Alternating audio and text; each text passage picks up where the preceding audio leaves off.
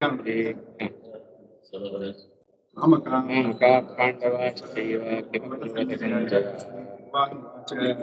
मया चस्रमनः पार्थ योगं जन्मदाश्रयः संशयं समग्रं मां यथा ज्ञास्यति ज्ञानं देहं स विज्ञानम् इदं वक्ष्याम्यशेषतः यज्ञात्वा नेह भूयं यज्ञातव्यमवशिष्यते मनुष्याणां सहस्रेषु यततामपि सिद्धानां कश्चिन् वेत्ति तत्त्वतः भूमिरापो नलो वायुः अहङ्कार इतीयं मे भिन्ना प्रकृतिरष्टधा अपरेयमितस्त्वन्यां प्रकृतिं विद्धि मे परां जीवभूतां महाबाहो येदं धार्यते जगत् एतद्योनीनि भूतानि सर्वाणि इत्युपधारय अहं कृत्स्नस्य जगतः प्रभवः प्रलयस्तथा किञ्चिदस्ति धनञ्जय मयि सर्वमिदं प्रोतं सूत्रे मणिगणा इव रसोऽहं सुकौन्तेय प्रभास्मि सूर्ययोः प्रणवः सर्ववेदेषु शब्दखे पौरुषं विषु पुण्यो गन्धः पृथिव्यां च तेजश्चास्मि विभावसौ जीवनं सर्वभूतेषु तपश्चास्मि तपस्विषु बीजं मां सर्वभूतानां विद्धि पार्थ सनातनम् तेजस्तेजस्विनामहं बलं बलवतां चाहं कामरागविवर्जितं धर्माविरुद्धो भूतेषु सुभरतर्षभ ये चैव सात्विका भावा राजसास्तामसाश्च ये मत्त एवेदितान् विद्धि न त्वहं तेषु तेऽस्मि त्रिभिर्गुणमयैर्भावैरेभिः सर्वमिदं जगत् मोहितं नाभिजानाति मामेभ्यः परमव्ययम् दैवी क्लेशा गुणमयी मम माया दुरत्यया मामेव ये प्रपद्यन्ते मायामेतां तरन्ति ते न मां दुष्कृतिनो मूढाः प्रपद्यन्ते नराधमाः माययापहृतज्ञाना आसुरं भावमाश्रिताः चतुर्विधा भजन्ते मां ये प्रकृतिनोऽर्जुन आर्तो जिज्ञासुरर्थार्थी ज्ञानी च भरतर्षभा तेषां ज्ञानी नित्ययुक्तः एकभक्तिर्विशिष्यते त्यर्थम् अहं स च मम प्रियः उदाराः सर्व एवैते ज्ञानी त्वात्मैव मे मतम् आस्थितः स हि युक्तात्मा मामेवानुत्तमां गतिम् बहूनां जन्मनामन्ते ज्ञानवान् मां प्रपद्यते वासुदेवः सर्वमिति समहात्मा सुदुर्लभः कामैस्तैस्तैर्हृतज्ञानाः प्रपद्यन्तेऽन्यदेवताः तं तं नियममास्थाय प्रकृत्या नियता स्वया यो यो यां यां तनुं भक्तः श्रद्धयार्चितुमिच्छति तस्य तस्याचलां श्रद्धां तामेव विददाम्यहम् सतया श्रद्धया युक्तः तस्याराधनमीयते लभते च ततः कामान् मयैव विहितान् हितान् अन्तवत्तु फलं तेषां तद्भक्त्यल्पमेधसाम् देवान् देवयजो यान्ति मद्भक्ता यान्ति मामपि अव्यक्तं व्यक्तिमापन्नं मन्यन्ते मामबुद्धयः परं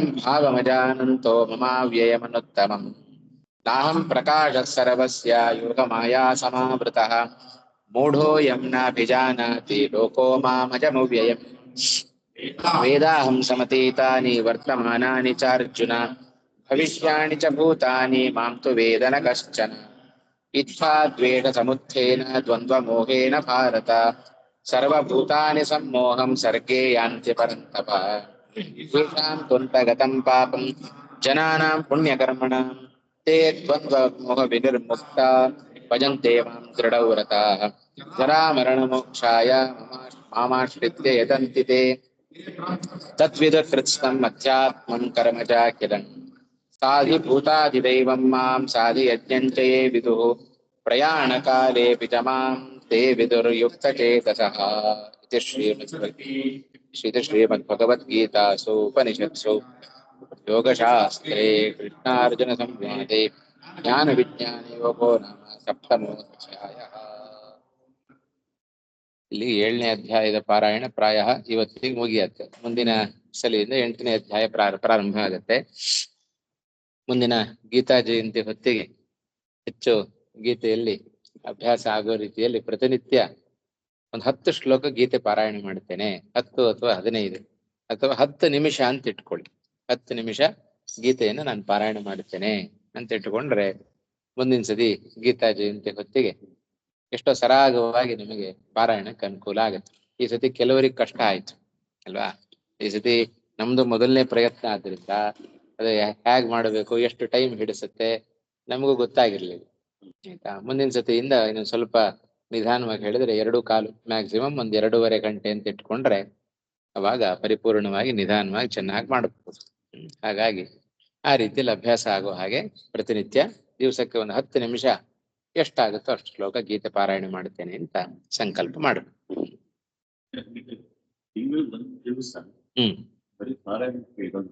ಒಂದ್ ದಿವಸ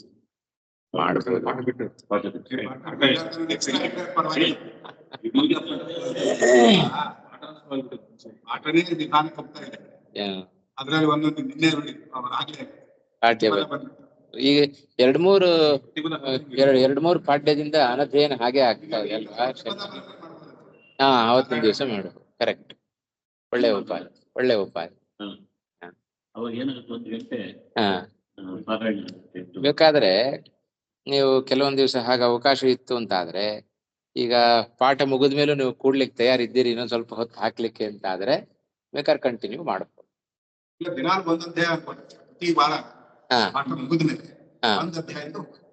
ಮುಂದಿನ ವಾರದಲ್ಲಿ ಮುಂದಿನ ದಿವಸ ಮರುದಿವಸದಲ್ಲಿ ಮುಂದಿನ ವಾರ ಶನಿವಾರ ಯಾಕಂದ್ರೆ ನೀವು ಸ್ವಾಮಿಗಳು 8:30ಗೆ ನೀವು ಬಂದಿರ್ತೀರಿ. 8:30 ಇಂದ 10:30 ಅಲ್ಲೇ 2 ತಾಸು ಆಗೋಗ್ಬಿಟ್ಟಿರುತ್ತೆ. ಆಮೇಲಿಂದ ಮತ್ತೆ ಇನ್ನೊಂದ್ ಅರ್ಧ ತಾಸು ಹಾಕಬೇಕು ಅಂದ್ರೆ ಸ್ವಲ್ಪ ಕಷ್ಟ ಆಗ್ತದೆ.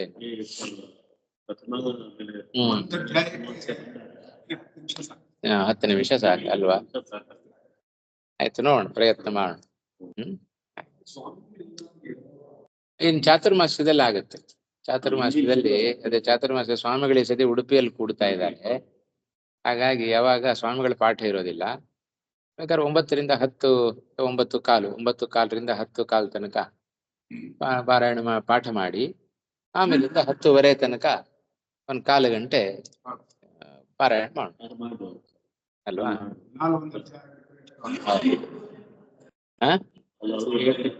ಅದು ನನಗೆ ಸ್ವಲ್ಪ ಕಷ್ಟ ಆಗಿದೆ ಅಷ್ಟು ಬೇಗ. ಅನೇಕಗಳು ಬೆಳಗ್ಗೆ 8:30ಗೆ ಒಂದು ಪಾಠ ಇದೆ ಮನೆಯಲ್ಲಿ, ಅದ್ ಮುಗಿಸ್ಕೊಂಡ್ ಬರ್ಬೇಕು. 9:15ರಿಂದ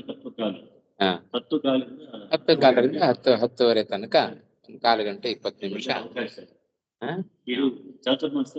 ಹೌದು, ಚೆನ್ನಾಗ. ಏನ್ ಬದ್ರಿ ಅವರು ಹಾಗೆ ಮಾಡೋಣ. ಸರಿ. ಶ್ರೀ ಗುರುಭ್ಯೋ ನಮಃ. ಹರಿ ಓಂ. ಅರ್ಜುನ ಉವಾಚ ಕಿಂ ತದ್ಬ್ರಹ್ಮ ಕಿಮಧ್ಯಾತ್ಮಂ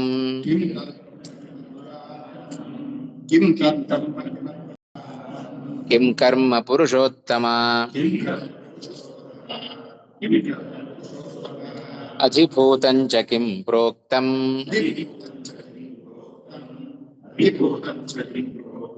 ಅಧಿದೈವಂ ಕಿಮುಚ್ಯತೆ.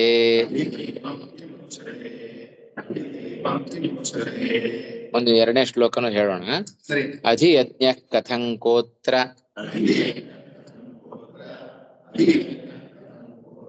ದೇಹೇಸ್ಮಿನ್ ಮಧುಸೂದನ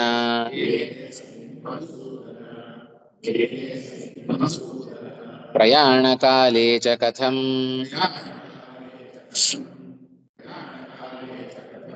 ಜ್ಞೇಯೋಸಿ ನಿಯತಾತ್ಮಭಿಃ.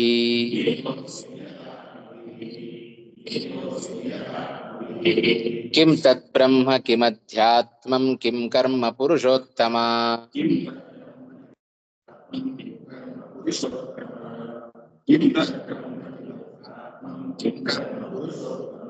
ಅಧಿಭೂತಂ ಚ ಕಿಂ ಪ್ರೋಕ್ತಂ ಅಧಿದೈವಂ ಕಿಮುಚ್ಯತೆ.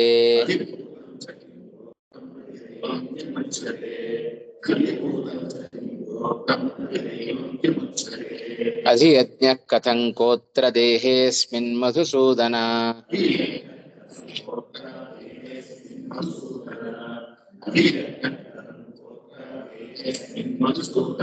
ಪ್ರಯಾಣಕಾಲೇ ಚ ಕಥಂ ಜ್ಞೇಯೋಸಿ ನಿಯತಾತ್ಮಭಿಃ.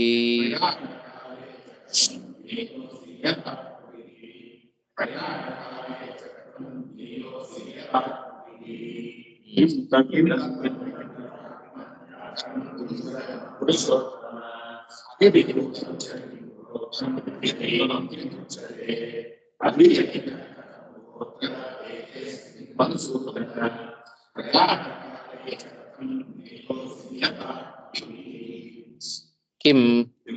ತತ್ ಬ್ರಹ್ಮ ಕಿಂ ಅಧ್ಯಾತ್ಮಂ ಕಿಂ ಕರ್ಮ ಪುರುಷೋತ್ತಮ ಅಧಿಭೂತಂ ಚ ಕಿಂ ಪ್ರೋಕ್ತಂ ಅಧಿದೈವಂ ಕಿಂ ಉಚ್ಯತೆ ಅಧಿಯಜ್ಞಃ ಕಥಂ ಕಃ ಅತ್ರ ದೇಹೇ ಅಸ್ಮಿನ್ ಮಧುಸೂದನ ಪ್ರಯಾಣಕಾಲೇ ಚ ಕಥಂ ಜ್ಞೇಯಃ ಅಸಿ ನಿಯತಾತ್ಮಭಿಃ.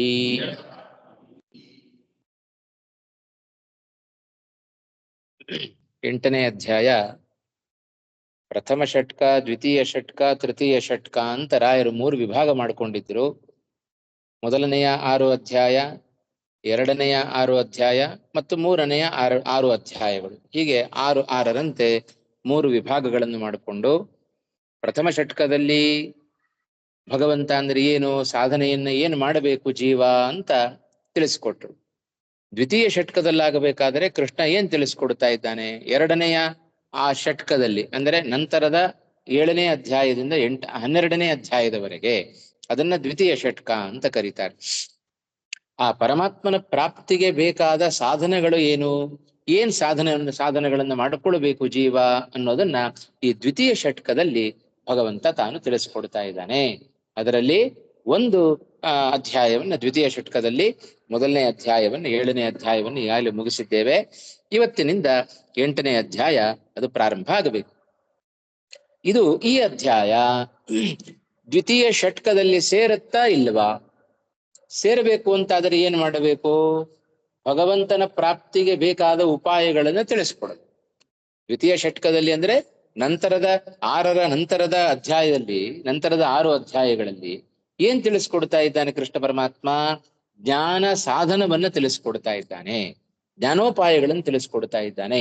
ಹಾಗಾಗಿ ದ್ವಿತೀಯ ಷಟ್ಕದ ಒಳಗೆ ಈ 8ನೇ ಅಧ್ಯಾಯ ಅಂತರ್ಭೂತವಾಗಬೇಕು ಅಂತಾದರೆ ಈ ಅಧ್ಯಾಯವು ಕೂಡ ಭಗವಂತನನ್ನ ತಿಳಿಸಿಕೊಡಬೇಕು, ಭಗವಂತನನ್ನ ತಿಳಿಸಿಕೊಡುವ ಉಪಾಯಗಳನ್ನ ಅದು ತಿಳಿಸಿಕೊಡಬೇಕು. ಆಗ ಈ ಅಧ್ಯಾಯ 8ನೇ ಅಧ್ಯಾಯ ಅದು ದ್ವಿತೀಯ ಷಟ್ಕದಲ್ಲಿ ಅಂತರ್ಗತವಾಗತ್ತೆ.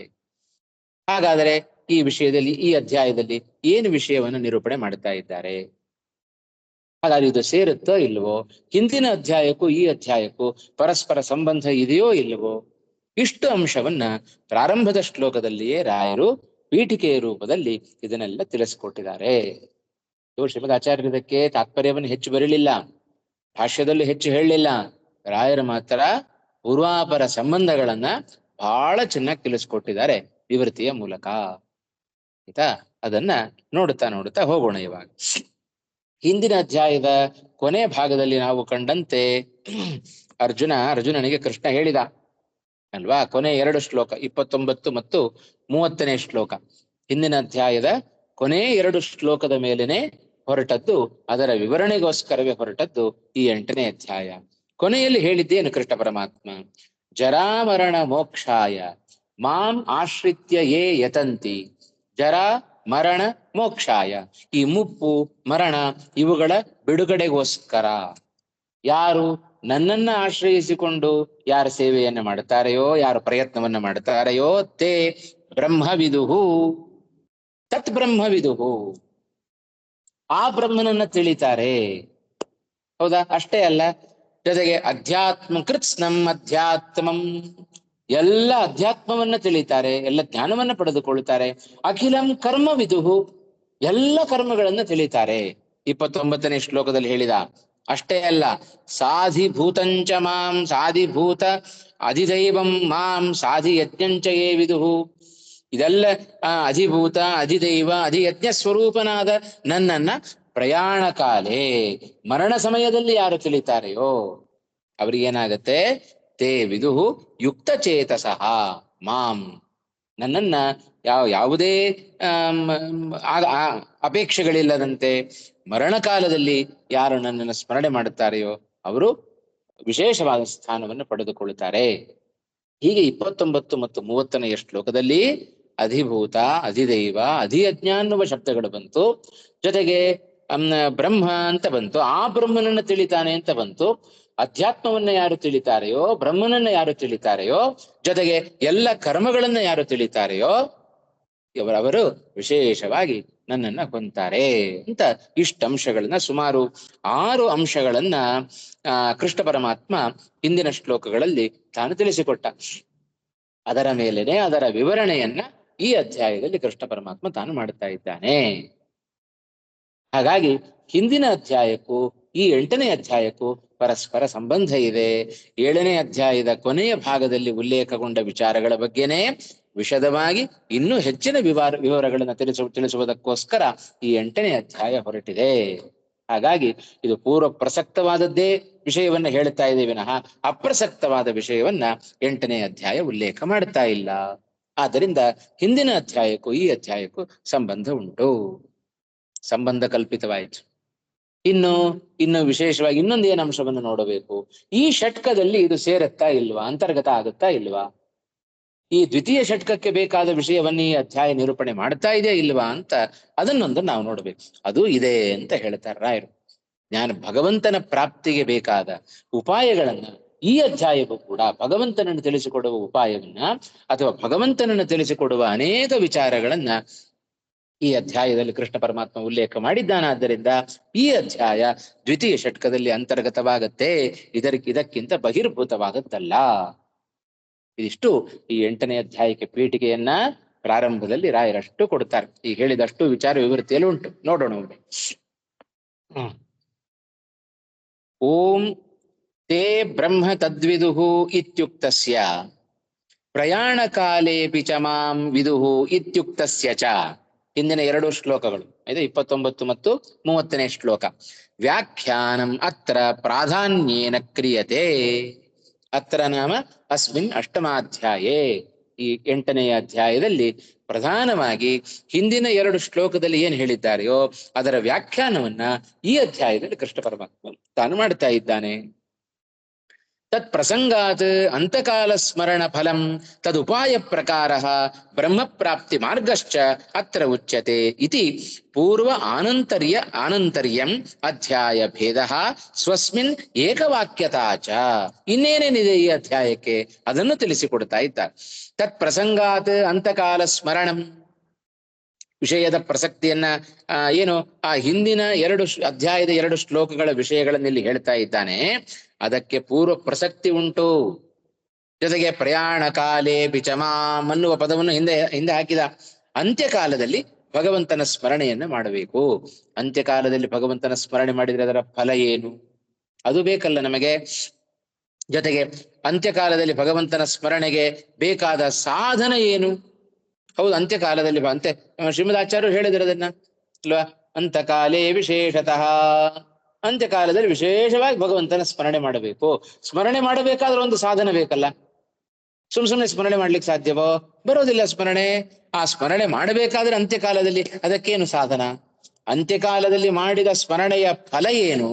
ಆ ಅಂತ್ಯಕಾಲದಲ್ಲಿ ಮಾಡ್ಲಿಕ್ಕೆ ಬೇಕಾದ ಸ್ಮರಣೆಗೆ ಬೇಕಾದ ಸಾಧನ ಏನು? ಇವೆಲ್ಲ ತಿಳ್ಕೊಳ್ಬೇಕು. ಇವೆಲ್ಲ ತಿಳ್ಕೊಳ್ಳದ ಹೊರತು ನಮ್ಮ ಮುಂದಕ್ಕೆ ಹೋಗ್ಲಿಕ್ಕೆ ಸಾಧ್ಯ ಇಲ್ಲ. ಜೊತೆಗೆ ಮತ್ತೊಂದು ಅಂಶ, ಬ್ರಹ್ಮಪ್ರಾಪ್ತಿ ಮಾರ್ಗ. ಆ ಭಗವಂತನನ್ನ ಹೊಂದಲಿಕ್ಕೆ ಏನು ಬೇಕು, ಮಾರ್ಗ ಯಾವುದು ಅನ್ನೋದು ಕೂಡ ಈ ಅಧ್ಯಾಯದಲ್ಲಿ ಉಲ್ಲೇಖ ಆಗಿದೆ. ಅತ್ರ ಉಚ್ಯತೆ ಇತಿ ಪೂರ್ವ ಆನಂತರ್ಯಂ. ಹಿಂದಿನ 7ನೇ ಅಧ್ಯಾಯ ಆದ ನಂತರ ಈ ಅಧ್ಯಾಯವನ್ನು ಯಾಕೆ ಉಲ್ಲೇಖ ಮಾಡ್ತಾ ಇದ್ದಾನೆ ಅನ್ನೋದಕ್ಕೆ ನಮಗೊಂದು ಲಿಂಕ್ ಸಿಕ್ತು. ಅಷ್ಟೇ ಅಲ್ಲ, ಅಧ್ಯಾಯ ಭೇದ. 7ನೇ ಅಧ್ಯಾಯದಲ್ಲಿ ಇದನ್ನು ಸೇರಿಸಬಹುದಿತ್ತಲ್ಲ ಅಂತ ಹೇಳಿದ್ರೆ 7ನೇ ಅಧ್ಯಾಯದಲ್ಲಿ ಹೇಳಿದ ವಿಸ್ತಾರವನ್ನ ಜೊತೆಗೆ ಅದರಲ್ಲಿ ಅನುಲ್ಲೇಖಿತವಾದ ಅನೇಕ ವಿಚಾರಗಳನ್ನು ಈ ಅಧ್ಯಾಯದಲ್ಲಿ ಹೇಳ್ತಾ ಇದ್ದಾನೆ. ಆದ್ದರಿಂದ 7ನೇ ಅಧ್ಯಾಯಕ್ಕೂ ಈ ಅಧ್ಯಾಯಕ್ಕೂ ಅಧ್ಯಾಯದ ಭೇದ ಇದೆ. ಅಧ್ಯಾಯದ ಪೂರ್ವದ ಆನಂತರ್ಯ ಸಿಕ್ಕಿತು. ಜೊತೆಗೆ ಸ್ವಸ್ಮಿನ್ ಏಕವಾಕ್ಯತಾಚ, ಈ ಅಧ್ಯಾಯದಲ್ಲಿ ಪ್ರಸ್ತುತವಾಗಿರತಕ್ಕಂತಹ ವಿಷಯಗಳಿಗೆ ಏಕವಾಕ್ಯತೆ ಉಂಟು. ಅಂದ್ರೆ ಏನರ್ಥ? ಏನೋ ಪ್ರಾರಂಭದಲ್ಲಿ ಒಂದು ವಿಷಯವನ್ನು ಹೇಳ್ತಾ ಇದ್ದಾನೆ, ಮಧ್ಯದಲ್ಲಿ ಇನ್ನೊಂದು ಹೇಳಿದ, ಅಂತ್ಯದಲ್ಲಿ ಇನ್ನೊಂದು ಹೇಳ್ತಾ ಇದ್ದಾನೆ. ಹಾಗೆಲ್ಲ ಭ್ರಮೆ ಪಡಬೇಡ್ರಿ. ಏಕವಾಕ್ಯತಾ ಇದೆ. ಒಂದೇ ವಿಷಯವನ್ನೇ ಕೃಷ್ಣ ಪರಮಾತ್ಮ ಅಧ್ಯಾಯದ ಪ್ರಾರಂಭದಿಂದ ಕೊನೆಯವರೆಗೂ ಕೂಡ ಅದಕ್ಕೆ ಪೂರ್ವ ಪ್ರಸಕ್ತವಾದದ್ದಕ್ಕೆ ವಿಷಯಗಳನ್ನು ನಿರೂಪಣೆ ಮಾಡ್ತಾ ಮಾಡ್ತಾ ಹೋಗ್ತಾ ಇದ್ದಾನೆ. ಆದ್ರಿಂದ ಏಕವಾಕ್ಯತೆಯು ಈ ಅಧ್ಯಾಯಕ್ಕೆ ಉಂಟು. ಹಾ, ಸ್ವಸ್ಮಿನ್ ಅಂದ್ರೆ ತನಗೆ, ತನ್ನಲ್ಲಿ ಅಂತ ಅರ್ಥ. ಈ ಅಧ್ಯಾಯದಲ್ಲಿ ಏಕವಾಕ್ಯತ ಉಂಟು ಅಂತ ಅರ್ಥ. ಸ್ವಸ್ಮಿನ್ ಅಂದ್ರೆ ಸ್ವ ಅಧ್ಯಾಯ, ತನ್ನಲ್ಲಿ ಅಂತ ಅರ್ಥ. ಸ್ವಸ್ಮಿನ್ ಅಂದ್ರೆ ತನ್ನಲ್ಲಿ, ತನ್ನಲ್ಲಿ ಅಂದ್ರೆ ಈ ಅಧ್ಯಾಯದಲ್ಲಿ ಅಂತ ಅರ್ಥ. ಸ್ಮರಣ ವಿಷಯತ್ವ ಪ್ರಾಪ್ಯತ್ವ ರೂಪ ಮಹಿಮಾ ಏವ ವರ್ಣ್ಯತೆ ಇತಿ ಷಟ್ಕ ಅಂತರ್ಭಾವಶ್ಚ ಜ್ಞೇಯ. ಇನ್ನೊಂದು ಅಂಶವನ್ನು ಕೂಡ ಇಲ್ಲಿ ಗಮನಿಸಬೇಕು. ಈ ಷಟ್ಕದ ದ್ವಿತೀಯ ಷಟ್ಕದಲ್ಲಿ ಈ ಅಧ್ಯಾಯ ಸೇರುತ್ತೋ ಇಲ್ವೋ ಅಂತ ಪ್ರಶ್ನೆ ಮಾಡಿದರೆ ಅದಕ್ಕೂ ಹೇಳ್ತಾ ಇದ್ದಾರೆ. ಯಾರು ಭಕ್ತರಿದ್ದಾರಲ್ಲ, ಆ ಭಕ್ತರ ಸ್ಮರಣೆ ಮಾಡಿಕೊಂಡ್ರೆ ಆ ಭಕ್ತರ ಸ್ಮರಣೆಗೆ ಭಗವಂತ ಈ ಬ್ರಹ್ಮ ತಾನು ವಿಷಯನಾಗ್ತಾನೆ. ಅಲ್ಲಿ ವಿವೃತ್ತಿಯಲ್ಲಿ ಸ್ಪಷ್ಟವಾಗಿ ಕೊಡ್ತಾ ಇದ್ದಾರೆ, ಅದನ್ನು ಕ್ರಮವಾಗಿ ಇಟ್ಕೊಳ್ಬೇಕು. ಸ್ಮರಣ ವಿಷಯತ್ವ ಪ್ರಾಪ್ಯತ್ವ ರೂಪ ಮಹಿಮಾ, ಮಹಿಮಾ ಏವ ವರ್ಣ್ಯತೆ. ಭಗವಂತನ ಸ್ಮರಣೆಗೆ, ಭಕ್ತರ ಸ್ಮರಣೆಗೆ ವಿಷಯನಾಗುವಿಕೆ, ಜೊತೆಗೆ ಅವರಿಂದ ಪ್ರಾಪ್ಯ, ಭಕ್ತರಿಂದ ಇವನು ಪ್ರಾಪ್ಯನಾಗಿದ್ದಾನೆ ಅನ್ನುವ ಆ ಭಗವಂತನ ಮಹಿಮೆ ಈ ಅಧ್ಯಾಯದಲ್ಲಿ ವರ್ಣಿತವಾಗಿದೆ. ಭಕ್ತರು ಭಕ್ತಿಯನ್ನ ಮಾಡಿದರೆ, ಭಕ್ತರು ಸ್ಮರಣೆಯನ್ನ ಮಾಡಿದರೆ ಆ ಭಕ್ತರ ಸ್ಮರಣೆಗೆ ಇವ ವಿಷಯನಾಗ್ತಾನೆ. ಭಕ್ತರ ಭಕ್ತಿಗೆ ಮೆಚ್ಚಿ ಅವರಿಂದ ಇವ ಪ್ರಾಪ್ಯನಾಗ್ತಾನೆ. ಪ್ರಾಪಕ, ಪ್ರಾಪ್ಯ, ಪ್ರಾಪಕ. ಪ್ರಾಪಕ ಜೀವ, ಪ್ರಾಪ್ಯ ಹೊಂದಲಿಕ್ಕೆ ಯೋಗ್ಯನಾಯ್ದವ ಅವ ಭಗವಂತ. ಆದ್ರಿಂದ ಅಲ್ಲಿ ಪ್ರಾಪ್ಯತ್ವ ವಿಷಯ, ರಾಯರ ವಾಕ್ಯ ಪ್ರಯೋಗವನ್ನು ನಾವು ಗಮನಿಸಬೇಕು. ಸ್ಮರಣ ವಿಷಯತ್ವ ಪ್ರಾಪ್ಯತ್ವ ರೂಪ ಮಹಿಮಾ. ಮಹಿಮಾ ಅನ್ನೋದು ಯಾವ ಶಬ್ದ? ಹಾ, ಮಹಿಮಾ ಮಹಿಮಾನೌ ಮಹಿಮಾನ. ಪ್ರಥಮ ಏಕವಚನ ಅದು, ಆಯ್ತಾ? ಮಹಿಮಾ ಮತ್ತೆ ಆ ಕೇಳಿಸ್ತಾ ಇದೆ, ಆಕಾರ ಅಂತ ಸ್ತ್ರೀಲಿಂಗ ಅಂತ ಮತ್ತೆ ನಡೆಸಬಾರದು, ಆಯ್ತಾ? ಮಹಿಮಾ ಮಹಿಮಾನೌ ಮಹಿಮಾನ, ಪುಲ್ಲಿಂಗ ಶಬ್ದ ಅದು. ರಾಜ ರಾಜಾನೌ ರಾಜಾನಃ ಇತಿವತ್. ಮಹಿಮಾ ಏವ ವರ್ಣ್ಯತೆ ಇತಿ ಷಟ್ಕ ಅಂತರ್ಭಾವಶ್ಚ ಜ್ಞೇಯ. ಈ ಷಟ್ಕದಲ್ಲಿ, ದ್ವಿತೀಯ ಷಟ್ಕದಲ್ಲಿ ಈ ಅಧ್ಯಾಯದ ಅಂತರ್ಭಾವವನ್ನು ಕೂಡ ನಾವು ತಿಳ್ಕೊಳ್ಳಬೇಕು.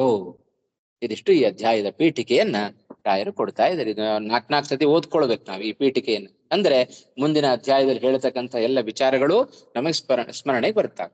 ಸರಿ ಇದೆಯೋ ಇಲ್ವೋ, ಏನೇನು ಹೇಳ್ತಾ ಇದ್ದಾರೆ ಈ ಅಧ್ಯಾಯದಲ್ಲಿ ಅನ್ನುವುದನ್ನ ಮೊದಲೇ ತಿಳಿಸಿಕೊಟ್ರು. ಸರಿನಾ?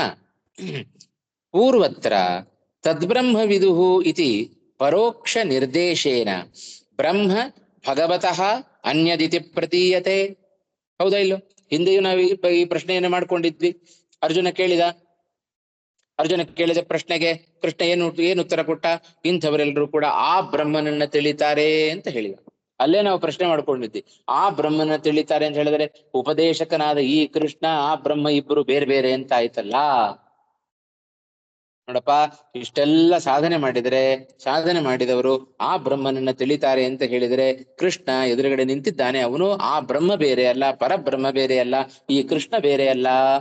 ಆದರೆ ಕೃಷ್ಣನ ಮಾತು ಕೇಳಿಬಿಟ್ರೆ ನಮಗೆ ಕೃಷ್ಣನಿಗೂ ಆ ಪರಬ್ರಹ್ಮನಿಗೂ ಭೇದ ಉಂಟು ಅಂತ ತೀರ್ಮಾನ ಆಗತ್ತೆ, ಅನ್ನಿಸಿಬಿಡತ್ತೆ.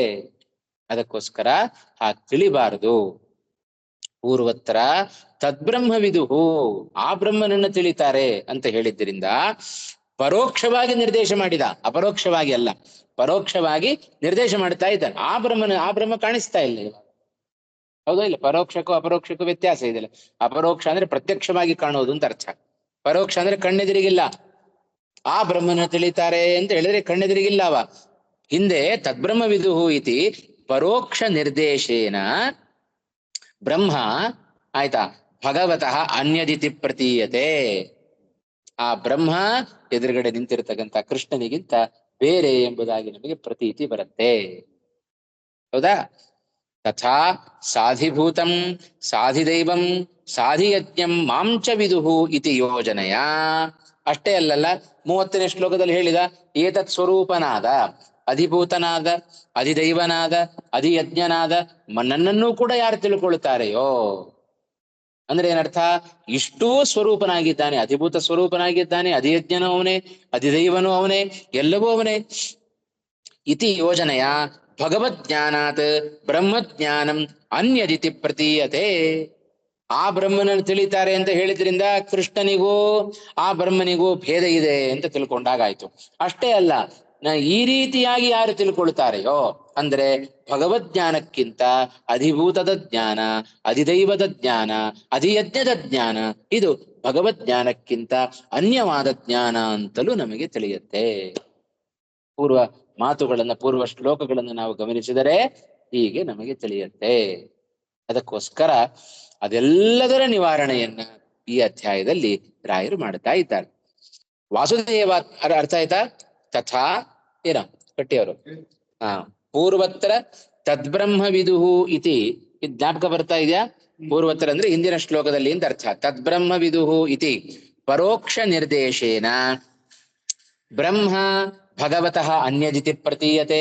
ಓದುವಾಗಲೇ ಸರಿಯಾಗಿ ಓದ್ಬೇಕು ಆಯ್ತಾ. ಎಲ್ಲೆಲ್ಲೋ ಜೋಡಿಸ್ಕೊಂಡು ಓದಿಸ್ಬಿಟ್ರೆ ಅರ್ಥ ಆಗಲ್ಲ ನಮಗೆ ಆಯ್ತಾ. ಕೆಳಗಡೆ ಅನುವಾದ ನೋಡ್ತಾ ಕೊಡ್ಬೇಕಾಗತ್ತೆ, ಅದು ಇನ್ನೂ ಗೊಂದಲ ಮಾಡುತ್ತೆ ಆಯ್ತಾ. ಮೂಲದಿಂದಲೇ ಅರ್ಥ ಮಾಡ್ಕೊಳ್ಳಿಕ್ ನಾವು ಪ್ರಯತ್ನವನ್ನು ಮಾಡಬೇಕು ಆಯ್ತಾ. ಪರೋಕ್ಷ ನಿರ್ದೇಶೇನ ಬ್ರಹ್ಮ ಭಗವತಃ ಅನ್ಯದಿತಿ ಪ್ರತೀಯತೆ. ತಥಾ ಸಾಧಿಭೂತಂ ಸಾಧಿದೈವಂ ಸಾಧಿಯಜ್ಞಂ ಮಾಂಚ ವಿದುಹು ಇತಿ ಯೋಜನೆಯ. ಈ ರೀತಿಯಾಗಿ ಜೋಡಿಸಿಕೊಂಡದ್ರಿಂದ ಅದರ ಜೊತೆಗೆ ಭಗವಜ್ಞಾನಾತ್ ಬ್ರಹ್ಮಜ್ಞಾನಂ ಅನ್ಯತ್ ಇತಿ ಪ್ರತೀಯತೆ. ವಾಸುದೇವಾತ್ಮಕಂ ಬ್ರಹ್ಮ ಇತ್ಯಾದು ಭಗವಾನೇವ ಬ್ರಹ್ಮ ಪ್ರತೀಯತೆ. ಹೌದಾ ಅಲ್ವಾ? ವಾಸುದೇವಾತ್ಮಕಂ ಬ್ರಹ್ಮ ಅಂತ ಒಂದು ಸ್ಮೃತಿ ವಾಕ್ಯ ಅದು. ವಾಸುದೇವ, ಈ ವಾಸುದೇವ ಅಂದ್ರೆ ಯಾರು? ಕೃಷ್ಣನೇ. ಬ್ರಹ್ಮ ಅಂದ್ರೆ ಯಾರಪ್ಪ? ವಾಸುದೇವಾತ್ಮಕನಾದವನು ಬ್ರಹ್ಮ ಅಂತ ಹೇಳಿದ್ರೆ ವಾಸುದೇವ ಕೃಷ್ಣ ಬೇರೆ ಅಲ್ಲ, ಬ್ರಹ್ಮ ಬೇರೆ ಅಲ್ಲ ಅಂತ ಸಿದ್ಧ ಆಗುತ್ತೆ. ಹಾಗಾದ್ರೆ ಸ್ಮೃತಿ ವಾಕ್ಯ ನೋಡಿದ್ರೆ ಹಾಗೆ ಹೇಳ್ತಾ ಇದೆ. ಇಲ್ಲಿ ಕೃಷ್ಣನೇ ಹೇಳ್ಕೊಳ್ತಾ ಇದ್ದಾನೆ, ಇಂಥವರು ಆ ಬ್ರಹ್ಮನನ್ನ ತಿಳಿತಾರೆ ಅಂತ ಹೇಳಿದ್ರೆ ಸ್ಪಷ್ಟವಾಗಿ ಆಗುತ್ತೆ. ನೋಡಪ್ಪ, ಅವನ ಬಳಿಗೆ ಹೋಗು ಅಂತ ಹೇಳಿದ್ರೆ ಅವನು ಬೇರೆ ನಾನು ಬೇರೆ ಅಂತ ಸಿದ್ಧ ತಾನೆ. ಹಾಗೆ ಆ ಬ್ರಹ್ಮನ ತಿಳಿತಾರೆ ಅಂತ ಹೇಳಿದ್ರೆ ಅವ ಬೇರೆ, ಬ್ರಹ್ಮ ಬೇರೆ, ಕೃಷ್ಣ ಬೇರೆ ಅಂತ ಸಿದ್ಧ ಆಯ್ತು. ನೋಡಿದ್ರೆ ಸ್ಮೃತಿ ಹೇಳ್ತಾ ಇದೆ ವಾಸುದೇವಾತ್ಮಕನಾದವನು ಬ್ರಹ್ಮ. ಹಾಗಾದ್ರೆ ನಮಗೆ ಗೊಂದಲ ಆಯಿತು. ಆದ್ರಿಂದ ಇತ್ಯಾದು ಭಗವಾನೇವ ಬ್ರಹ್ಮ ಇತಿ ಪ್ರತೀಯತೆ. ಆ ಸ್ಮೃತಿ ವಾಕ್ಯದಲ್ಲಿ ಭಗವಂತನೇ ಬ್ರಹ್ಮ ಅಂತ ನಮಗೆ ತಿಳಿಯತ್ತೆ. ಅತಃ ವಿಪ್ರತಿಪತ್ಯ, ವಿಪ್ರತಿಪಂತಿ ಬಂತು, ವಿವಾದ ಬಂತು. ಹಾಗಾದ್ರೆ ಯಾರು ಆ ಬ್ರಹ್ಮ? ಕೃಷ್ಣನೋ ಅಥವಾ ಅಲ್ಲವೋ ಎಂಬುದಾಗಿ ವಿಪ್ರತಿಪತ್ತಿ ವಿವಾದ ಇರೋದರಿಂದ ನಮಗೆ ಸಂಶಯವೂ ಬರುತ್ತೆ. ಎಲ್ಲಿ ವಿವಾದ ಉಂಟೋ ಅಲ್ಲಿ ಸಂಶಯ ಬರುತ್ತೆ, ವಿವಾದವೇ ಇಲ್ಲದೆ ಇರೋ ಕಡೆ ಸಂಶಯವೇ ಬರುತ್ತೆ. ಹೌದಾ ಇಲ್ಲ? ಸಂಶಯಾತ್ ಪೃಚ್ಛತಿ ಕಿಂ ತದ್ ಬ್ರಹ್ಮೇತಿ. ಆಯ್ತಾ? ಏನ್ ಈ ಅಧ್ಯಾಯದಲ್ಲಿ ಅರ್ಜುನ ಉವಾಚ ಅಂತ ಪ್ರಾರಂಭದ 2 ಶ್ಲೋಕಗಳನ್ನು ನಾವು ಈಗ ಹೇಳಿದೆವು. ಅರ್ಜುನ ಹೇಳಲಿಕ್ಕೆ ಪ್ರಾರಂಭ ಮಾಡಿದ್ದಾನೆ. ಏನಂತ? ಕಿಂ ತದ್ ಬ್ರಹ್ಮ ಎಂಬುದಾಗಿ ಶುರು ಮಾಡಿದ. ಯಾಕೆ ಶುರು ಮಾಡಿದ? ಅವನು ಸಂಶಯ ಬಂದಿತ್ತಪ್ಪ ಅವನಿಗೆ. ಸಂಶಯ ಬರಲಿಕ್ಕೆ ಕಾರಣ ಏನು ನೋಡ್ರಿ. ಹಿಂದಿನ 2 ಶ್ಲೋಕಗಳಲ್ಲಿ ಕೃಷ್ಣ ಹೀಗೆ ಹೇಳಿಬಿಟ್ಟ, ತದ್ಬ್ರಹ್ಮವಿದು, ಆ ಬ್ರಹ್ಮನನ್ನು ತಿಳಿತಾರೆ ಅಂತ ಹೇಳಿದ.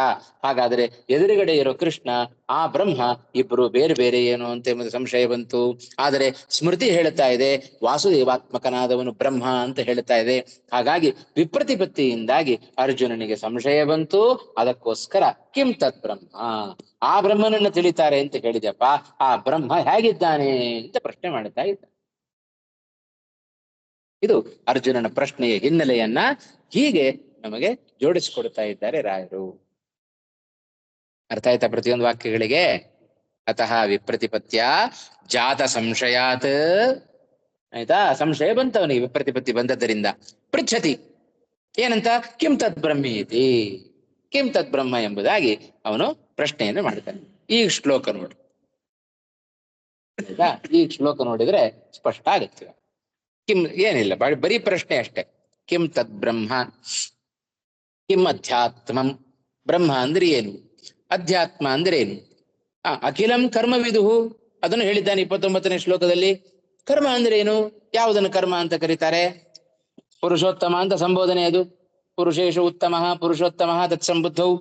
ಅಧಿಭೂತಂಚ ಕಿಂ ಪ್ರೋಕ್ತಂ, ಯಾವುದನ್ನು ಅಧಿಭೂತ ಅಂತ ಹೇಳ್ತಾರೆ? ಅಧಿದೈವ ಅನ್ನೋದನ್ನು ಯಾವುದನ್ನು ಹೇಳ್ತಾರೆ? ಅಧಿಭೂತಂ. ಕಿಂ ಉಚ್ಯತೆ, ಯಾವುದನ್ನ ಅಧಿದೈವ ಅಂತ ಕರೀತಾರೆ? ಅಧಿಯಜ್ಞ ಕಥಂ, ಅಧಿಯಜ್ಞ ಅಂದ್ರೆ ಏನದು? ಹಾಗೆ ಯಾಕೆ ಹೇಳ್ತಾರೆ ಅದನ್ನ? ಕಥಂ ಕಹ ಅತ್ರ ಅಸ್ಮಿನ್ ದೇಹೆ ಮಧುಸೂದನ. ಅದರಿಂದ ಈ ದೇಹದಲ್ಲಿ ಅಧಿಯಜ್ಞ ಅಂತ ಹೇಳಲ್ಪಡ್ತಕ್ಕಂಥ ವ್ಯಕ್ತಿ ಯಾರು?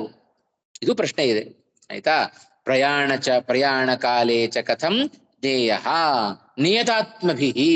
ನಿಯತಾತ್ಮಭಿ ಅಂತ ಹೇಳಿದ್ರೆ ನಿಯತಃ ಆತ್ಮ ಯೇಷಾಂತೆ ನಿಯತಾತ್ಮಾನಃ. ಯಸ್ಯ ಅಂತ ಮಾಡೋದು ಬಹುವಚನ ಹಾಕ್ಬೇಕಲ್ಲ, ನಿಯತಾತ್ಮಭಿ ಬಹುವಚನ ಇದೆ, ಯೇಷಾಂತೆ ಅಂತ ಮಾಡಬೇಕು. ಹಾಗಾದ್ರೆ ಯೇಷಾಂತೆ ನಿಯತಾತ್ಮನಃ ತೈಹಿ ನಿಯತಾತ್ಮಭಿ. ಯಾರಿಂದ ಮನಸ್ಸು ನಿಗ್ರಹಿಸಲ್ಪಟ್ಟಿದೆಯೋ ಅಂಥವರಿಂದ ಪ್ರಯಾಣ ಕಾಲದಲ್ಲಿ ಭಗವಂತ ಹೇಗೆ ತಿಳಿಯಲ್ಪಡಬೇಕು, ಅಂತ್ಯಕಾಲದಲ್ಲಿ ನಿನ್ನನ್ನು ಹೇಗೆ ಸ್ಮರಣೆ ಮಾಡಿಕೊಳ್ಬೇಕು ಅಂತ ಇದಿಷ್ಟು ಅರ್ಜುನನ ಪ್ರಶ್ನೆ ಇದೆ. ಇಷ್ಟು ಪ್ರಾರಂಭದಲ್ಲಿಯೇ ಪ್ರಶ್ನೆಯನ್ನ ರಾಯರೆಲ್ಲ ತಿಳಿಸ್ಕೊಟ್ಬಿಟ್ರು. ಕೃಷ್ಣ ಪ್ರಾರಂಭದಲ್ಲಿ ಅರ್ಜುನ ಏನು 2 ಶ್ಲೋಕಗಳ ಮೂಲಕ ತಾನು ಪ್ರಶ್ನೆಯನ್ನ ಕೇಳ್ತಾ ಇದ್ದಾನೆ. ಎಷ್ಟರ ಬಗ್ಗೆ ಕೇಳಿದ? 8 ಪ್ರಶ್ನೆ ಮಾಡ್ಬಿಟ್ಟು 2 ಶ್ಲೋಕದಲ್ಲಿ 8 ಪ್ರಶ್ನೆ ಮಾಡ್ತಾ ಇದ್ದಾನೆ. ಆ 8 ಪ್ರಶ್ನೆಗೆ ಉತ್ತರ ಹೊರಟದ್ದೇ ಶ್ರೀ ಭಗವಾನ್ ವಾಚ. ದೊಡ್ಡ ಅಧ್ಯಾಯ. 8ನೇ ಅಧ್ಯಾಯ ಕಷ್ಟವೂ ಹೌದು. ಸ್ವಲ್ಪ ಆಸಕ್ತಿ ವಹಿಸಿ ಅಭ್ಯಾಸ ಮಾಡಿದರೆ ಸಾರ್ಥಕ, ಇಲ್ಲದೆ ಹೋದ್ರೆ ಶ್ರವಣಾನಂದ ಅಷ್ಟೆ. ಆಯ್ತಾ? ಹಾಗೆ ಭಗವಜ್ಞಾನ ಬ್ರಹ್ಮಜ್ಞಾನ ಮನ್ಯಂತೆ ಇತಿ ಪ್ರತೀಯತೆ ಅಲ್ವಾ? ಈಗ ಅಲ್ವೇನ್ರಿ? ಈಗ ಜ್ಞಾನವನ್ನು ತಿಳ್ಕೊಳ್ಬೇಕು ಅಂತ ಹೇಳಿದರೆ ಎಲ್ಲಿ ಬಂತ ಹೇಳ್ರಿ ಇದು? ಭಗವತಃ ಅನ್ಯದಿತಿ ಪ್ರತೀಯತೆ ತದ್ಬ್ರಹ್ಮ ವಿದುಹು. ಆಯ್ತಾ? ಸಾಧಿಭೂತಂ ಸಾಧಿದೈವಂ ಸಾಧಿಯಜ್ಞಂಚ ಮಾಂ ವಿದುಹು. ಆಯ್ತಾ? ನನ್ನನ್ನ ತಿಳ್ಕೊಳ್ಬೇಕು ಅಂತ ಹೇಳ್ತಾ ಇದ್ದಾನೆ. ಈ ರೀತಿಯ ನಾವು ಅದಕ್ಕೆ ಇದರ ಪರೋಕ್ಷವಾಗಿ ನಿರ್ದೇಶ ಮಾಡಿದ್ದರಿಂದ ಭಗವಂತ ಈ ಕೃಷ್ಣನಿಗಿಂತ ಅನ್ಯ ಅಂತ ತಿಳಿಬೇಕು. ಯಾಕೆಂದ್ರೆ ಸ್ಮೃತಿ ವಾಕ್ಯವನ್ನು ನೋಡಿದ್ರೆ ಹಾಗನ್ಸುತ್ತೆ. ಅಷ್ಟೇ ಅಲ್ಲ, ಅಧಿಭೂತ ಅಧಿಯಜ್ಞ ಅಧಿದೈವ ಎಂಬುದಾಗಿ ಯಾರು ತಿಳಿತಾರೆಯೋ ಅವರೂ ಕೂಡ ಮೋಕ್ಷವನ್ನು ಪಡಿತಾರೆ. ಹಾಗಾದ್ರೆ ನಿನ್ನ ಜ್ಞಾನ ಬೇಕೋ, ಅಧಿಭೂತ ಅಧಿದೈವ ಅಧಿಯಜ್ಞದ ಜ್ಞಾನ ಬೇಕೋ? ಅದೇ ಮಾಂ ವಿದುಹು. ಅದೇ ಆಮೇಲೆ ಸಾಧಿಯಜ್ಞಂಚ ಮಾಂ ವಿದುಹು. ಹಾಗಾದ್ರೆ ಸ್ವರೂಪನಾದ ನನ್ನನ್ನ ಅಂತ ಸ್ಪಷ್ಟವಾಗಿ ಹೇಳಿದಾನೆ ಅಲ್ವಾ? ಹಿಂದಿನ ಅಧ್ಯಾಯದಲ್ಲಿ ಹೇಳಬೇಕಾದ್ರೆ ಸಾಧಿಭೂತಾದಿದೈವಂ ಮಾಂ ಸಾಧಿಯಜ್ಞಂಚ ಯೇ ವಿದುಹು ಅಲ್ವಾ? ಹೀಗಿದೆ ಅಲ್ಲ? ಹಿಂದಿನ ಶ್ಲೋಕಕ್ಕೂ ಈ ಶ್ಲೋಕಕ್ಕೂ ತೆಗೆದುಕೊಳ್ಳೋಣ. ಹಾಗಾದ್ರೆ ಸಾಧಿಭೂತನಾಗಿ ನಿನ್ನನ್ನು ತಿಳ್ಕೊಳ್ಬೇಕು ಅಂತಾದ್ರೆ ಆ ಬ್ರಹ್ಮನಿಗೂ ಈ ಜ್ಞಾನಕ್ಕೂ ಭೇದ ಉಂಟು. ಬ್ರಹ್ಮಜ್ಞಾನ ಬೇಕೋ ಮೋಕ್ಷಕ್ಕೆ? ಇವುಗಳ ಜ್ಞಾನ ಬೇಕೋ? ಆ ಬ್ರಹ್ಮನನ್ನು ತಿಳಿದವರು ಮೋಕ್ಷಕ್ಕೆ ಹೋಗ್ತಾರೆ ಅಂತ ಹೇಳಿದ್ರೆ ಮತ್ತೆ ಮುಂದಿನ ಶ್ಲೋಕದಲ್ಲಿ ಹೇಳ್ತಾನೆ ಸಾಧಿಭೂತನಾದ ಸಾಧಿಯಜ್ಞನಾದ ಸಾಧಿದೈವನಾದ ನನ್ನನ್ನು ಯಾರು ತಿಳಿತಾರೆಯೋ. ಹಾಗಾದ್ರೆ ಮೋಕ್ಷವನ್ನು ಕುರಿತು ಬ್ರಹ್ಮಜ್ಞಾನ ಕಾರಣವೋ ಈ ಜ್ಞಾನ ಕಾರಣವೋ? ಭೇದ ಜ್ಞಾನ ಬಂತು. ಭೇದ ಜ್ಞಾನ ಬಂತು. ಹಿಂದೆ ಅದೇಪ್ಪ ಕನ್ಫ್ಯೂಸ್ ಮಾಡ್ಕೊಳ್ಬೇಡ್ರಿ. ಹಿಂದಿನ 2 ಶ್ಲೋಕವನ್ನ ಒಟ್ಟಿಗೆ ಜೋಡಿಸ್ಕೊಳ್ರಿ. ಅದಕ್ಕೆ ಅಲ್ಲಿ ಯೋಜನೆಯ ಅಂತ ಒಂದು ಮಾತು ಹಾಕಿದ್ರು ರಾಯರು ಆಗುವಾಗ. ಆಯ್ತಾ? ಅದರ ಜೊತೆಗೆ ಅಧ್ಯಾತ್ಮ ಅಂದ್ರೆ ಏನು, ಕರ್ಮ ಅಂದ್ರೆ ಏನು, ಜೊತೆಗೆ ಬ್ರಹ್ಮ ಅಂದ್ರೆ ಏನು, ಅದರ ಬಗ್ಗೆಯೂ ಪ್ರಶ್ನೆ ಇದೆ. ಇದರ ಜೊತೆಗೆ ಮುಂದಿನ ಶ್ಲೋಕದಲ್ಲಿ ಬಂದ ಇದನ್ನೂ ಕೂಡ ಜೋಡಿಸಿಕೊಳ್ಬೇಕು. ಅಲ್ಲಿ ಚಕಾರ ಶಬ್ದವನ್ನು ಕೊಟ್ಟಿದ್ದಾರೆ. ಹಾಗಾಗಿ ಇದನ್ನು ತಿಳಿದವರು ಅಂತ ಹೇಳಿದ್ರೆ ಬ್ರಹ್ಮಜ್ಞಾನ ಬೇಕೋ ಈ ಜ್ಞಾನ ಬೇಕೋ? ಸಂಶಯ ಬಂತು. ಹಾಗಾದ್ರೆ ಜ್ಞಾನದಲ್ಲಿಯೂ ಭೇದದ ಸಂಶಯ ಬರುತ್ತೆ. ಅಧಿಭೂತನಾದ ನನ್ನನ್ನು ತಿಳಿಬೇಕು, ಬ್ರಹ್ಮ ವಿದುಹು, ಅವರನ್ನು ಬ್ರಹ್ಮನನ್ನು ತಿಳಿತಾರೆ ಅಂತನೂ ಹೇಳಿದ. ಬ್ರಹ್ಮನನ್ನು ತಿಳಿಬೇಕಾದ್ರೆ ಬ್ರಹ್ಮಜ್ಞಾನ ಮತ್ತು ಈ ಜ್ಞಾನ ಬೇರೆ ಬೇರೆ ಅಂತ ನಮಗೆ ಮೇಲ್ನೋಟಕ್ಕೆ ಸಹಜವಾಗಿ ಅನ್ನಿಸಿಬಿಡುತ್ತೆ. ಹಾಗಾಗಿ ಅದ್ರ ಬಗ್ಗೆಯೂ ಕೂಡ ಪ್ರಶ್ನೆ ಇದೆ.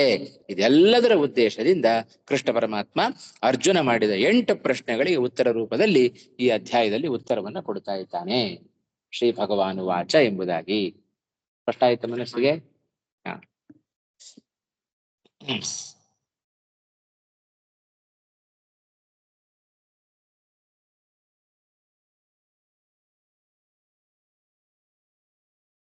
ವಿಪ್ರತಿಪತ್ತಿ ಅಂದ್ರೆ ವಿವಾದ.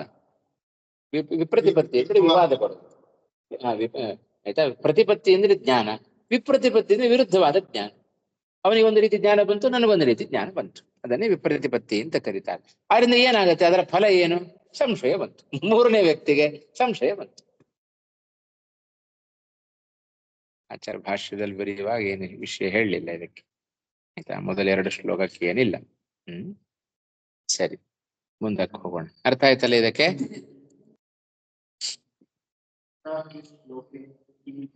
ಹಾ, ಹೋಗೋಣ. ಹೌದು, ಇನ್ನೊಂಚೂರು ವಿವೃತ್ತಿ ಇದೆ ಅಲ್ಲ ಇದಕ್ಕೆ. ಸರಿ, ಮುಂದಕ್ಕೆ ಹೋಗೋಣ. ಇಷ್ಟ ಅರ್ಥ ಆಯ್ತಲ್ವಾ? ಹಾ, ಸರಿ. ಇಲ್ಲಿ ಮೊದಲನೇ ಶ್ಲೋಕದಲ್ಲಿ ಹೇಳಬೇಕಾದರೆ ಕಿಂ ತದ್ಬ್ರಹ್ಮ ಕಿಂ ಅಧ್ಯಾತ್ಮಂ ಕಿಂ ಕರ್ಮ ಪುರುಷೋತ್ತಮ ಅಂತ ಕಿಂ ಕಿಂ ಕಿಂ ಅಂತ ಪ್ರಶ್ನೆ ಮಾಡ್ತಾ ಇದ್ದಾನೆ. ಏನದರ ಉದ್ದೇಶ ಏನು? ಅತ್ರ ಆದ್ಯ ಶ್ಲೋಕೆ ಕಿಂ ಇತಿ ಸ್ವರೂಪ ಪ್ರಶ್ನ. ಆಯ್ತಾ? ಕಿಂ ಎಂಬುದಾಗಿ ಒಂದು ಪ್ರಶ್ನೆ ಮಾಡ್ತಾ ಇದ್ದಾನೆ. ಅದರ ಪ್ರಶ್ನೆಯ ಅಭಿಪ್ರಾಯ ಏನು ಅಂತ ಹೇಳಿದ್ರೆ, ಮೊದಲನೆಯ ಶ್ಲೋಕದಲ್ಲಿ ಕಿಂ ಎಂಬುದಾಗಿ ಅದು ಬ್ರಹ್ಮನ ಸ್ವರೂಪಕ್ಕೆ ಸಂಬಂಧಪಟ್ಟ ವಿಚಾರ. ಅದು ಆಯ್ತಾ? ಕಿಂ ಬ್ರಹ್ಮ, ಕಿಂ ಅಧ್ಯಾತ್ಮಂ, ಕಿಂ ಕರ್ಮ, ಎಲ್ಲ ಕಿಂ ಕಿಂ ಅಂತ ಏನ್ ಪ್ರಶ್ನೆ ಮಾಡ್ತಾ ಇದ್ದಾನೆ. ಅಧ್ಯಾತ್ಮದ ಸ್ವರೂಪ ಏನು? ಬ್ರಹ್ಮದ ಸ್ವರೂಪ ಏನು? ಕರ್ಮದ ಸ್ವರೂಪ ಏನು? ಸ್ವರೂಪದ ಬಗ್ಗೆ ಅರ್ಜುನನ ಪ್ರಶ್ನೆ. ಮೊದಲನೆಯ ಶ್ಲೋಕದಲ್ಲಿ ಕಿಂ ಬ್ರಹ್ಮ, ಕಿಂ ಅಧ್ಯಾತ್ಮಂ, ಕಿಂ ಕರ್ಮ ಅಂತ ಏನು ಕಿಂ ಅಂತ ಹೇಳಿ ಏನು ಕೃಷ್ಣ ಪ್ರಶ್ನೆ ಮಾಡ್ತಾ ಇದ್ದಾನಲ್ಲ, ಇದೆಲ್ಲವೂ ಕೂಡ ಸ್ವರೂಪಕ್ಕೆ ಸಂಬಂಧಪಟ್ಟ ಪ್ರಶ್ನೆಯಾಗಿದೆ. ಬ್ರಹ್ಮನ ಸ್ವರೂಪ ಅಂದ್ರೆ ಸ್ವರೂಪ ಹೇಗಿದೆ, ಸ್ವರೂಪ ಅಂದ್ರೆ ಏನು ಅನ್ನೋದು ಪ್ರಶ್ನೆ. ಕರ್ಮದ ಸ್ವರೂಪ, ಅಧ್ಯಾತ್ಮದ ಸ್ವರೂಪ, ಇದನ್ನೆಲ್ಲ ಅರ್ಜುನ ತಾನು ಕೇಳ್ತಾ ಇದ್ದಾನೆ. ಇನ್ನು ದ್ವಿತೀಯಾರ್ಧದಲ್ಲಿ ಆಗಬೇಕಾದ್ರೆ ಮುಂದೆ ಅಧಿಭೂತಂಚ, ಅದನ್ನು ಹಾಗೆ ಇಟ್ಕೊಳ್ಬೇಕು. ಅಧಿಭೂತಂಚ ಕಿಂ ಪ್ರೋಕ್ತಂ ಅಧಿದೈವಂ ಕಿಮುಚ್ಯತೆ. ಆಮೇಲೆ ಅಧಿಯಜ್ಞ ಕಥಂ ಕೋತ್ರ, 2ನೇ ಶ್ಲೋಕದಲ್ಲಿ ಕೇಳ್ತಾ ಇದ್ದಾನೆ. ಕಿಂ ಕಿಂ ಅಂತ ಏನ್ ಪ್ರಶ್ನೆ ಮಾಡ್ತಾ ಇದ್ದಾನೆ, ಪ್ರತಿಯೊಂದು ಕೂಡ ಸ್ವರೂಪದ ಬಗ್ಗೆ ಮಾಡಿದ ಪ್ರಶ್ನೆ. ಕಥಂ ಅಂತ ಹೇಳಿ ಏನು ಪ್ರಶ್ನೆ ಮಾಡ್ತಾ ಇದ್ದಾನೆ ನಂತರದಲ್ಲಿ. ದ್ವಿತೀಯೇ ಅಂದ್ರೆ 2ನೇ ಶ್ಲೋಕ, ದ್ವಿತೀಯ ಶ್ಲೋಕೆ ಇತ್ಯರ್ಥ. ದ್ವಿತೀಯೇ ಕಥಂ ಇತಿ ಪ್ರಕಾರ ಪ್ರಶ್ನ. ಆಯ್ತಾ? 2ನೆಯ ಶ್ಲೋಕದಲ್ಲಾಗಬೇಕಾದ್ರೆ ಕಥಂ ಎಂಬುದಾಗಿ ಏನ್ ಪ್ರಶ್ನೆ ಮಾಡ್ತಾ ಇದ್ದಾನೆ, ಅದು ಕಥಂ ಅಂತ ಅದು ಎಷ್ಟು ಪ್ರಕಾರವಾಗಿದೆ. ಒಟ್ಟು ಎಲ್ಲ ಭಗವಂತನ ಸ್ವರೂಪ ಅದು ಎಷ್ಟು ಪ್ರಕಾರವಾಗಿದೆ ಅಂತ ಪ್ರಕಾರದ ಬಗ್ಗೆ ಪ್ರಶ್ನೆ ಕಥಂ ಎಂಬುದಾಗಿ ಮಾಡ್ತಾ ಇದ್ದಾನೆ. ಕಿಂ ಎಂಬುದಾಗಿ ಸ್ವರೂಪದ ಬಗ್ಗೆ ಪ್ರಶ್ನೆ, ಕಥಂ ಎಂಬುದಾಗಿ ಪ್ರಕಾರದ ಬಗ್ಗೆ ಅರ್ಜುನನ ಪ್ರಶ್ನೆ ಇದೆ. ಆದ್ರಿಂದ 2 ವಿಭಾಗವನ್ನು ಕೂಡ ಇದರಲ್ಲಿ ಮಾಡಿಕೊಡ್ತಾ ಇದ್ದಾರೆ. ನಮಗೆ ಗೊಂದಲಕ್ಕೆ ಅವಕಾಶವನ್ನು ಮಾಡಿಕೊಡ್ತಾ ಇಲ್ಲ. ಕಿಂ ಕಿಂ ಅಂತ ಎಲ್ಲೆಲ್ಲಿ ಬರುತ್ತೋ ಅದೆಲ್ಲ ಸ್ವರೂಪದ ಬಗ್ಗೆ ಜಿಜ್ಞಾಸೆ ಇದೆ, ಅದರ ಬಗ್ಗೆ ತಿಳ್ಕೊಳ್ತಾ ಇದ್ದಾರೆ.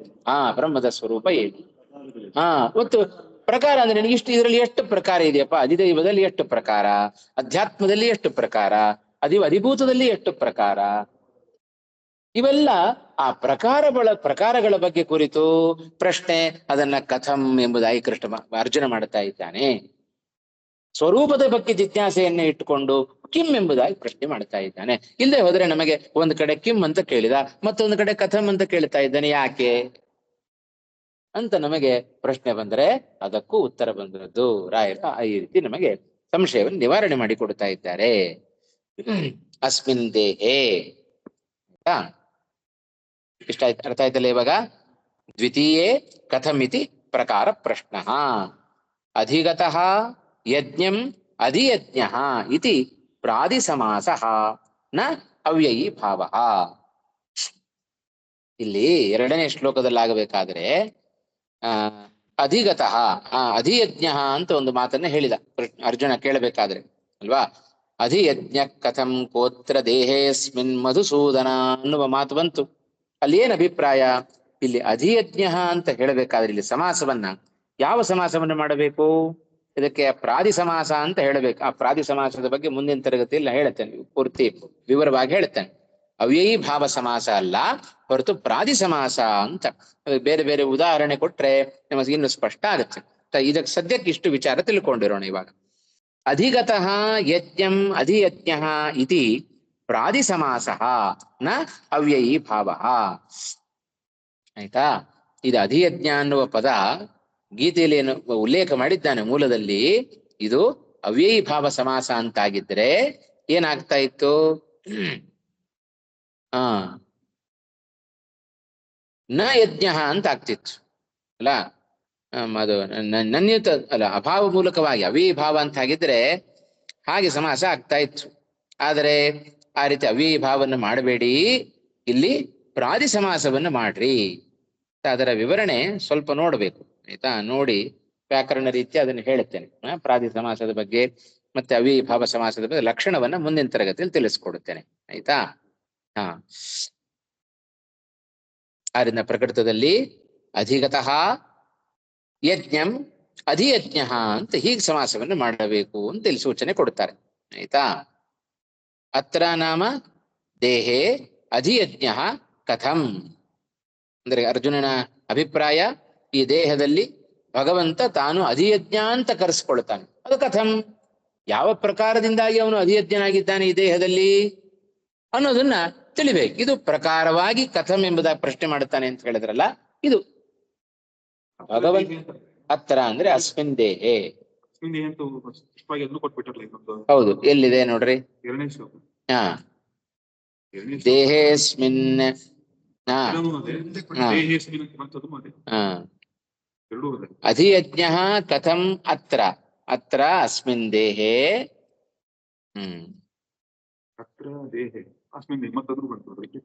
ಅತ್ರ ದೇಹೇ ಅಧಿಯಜ್ಞ ಕಥಂ ಇತ್ಯರ್ಥಃ.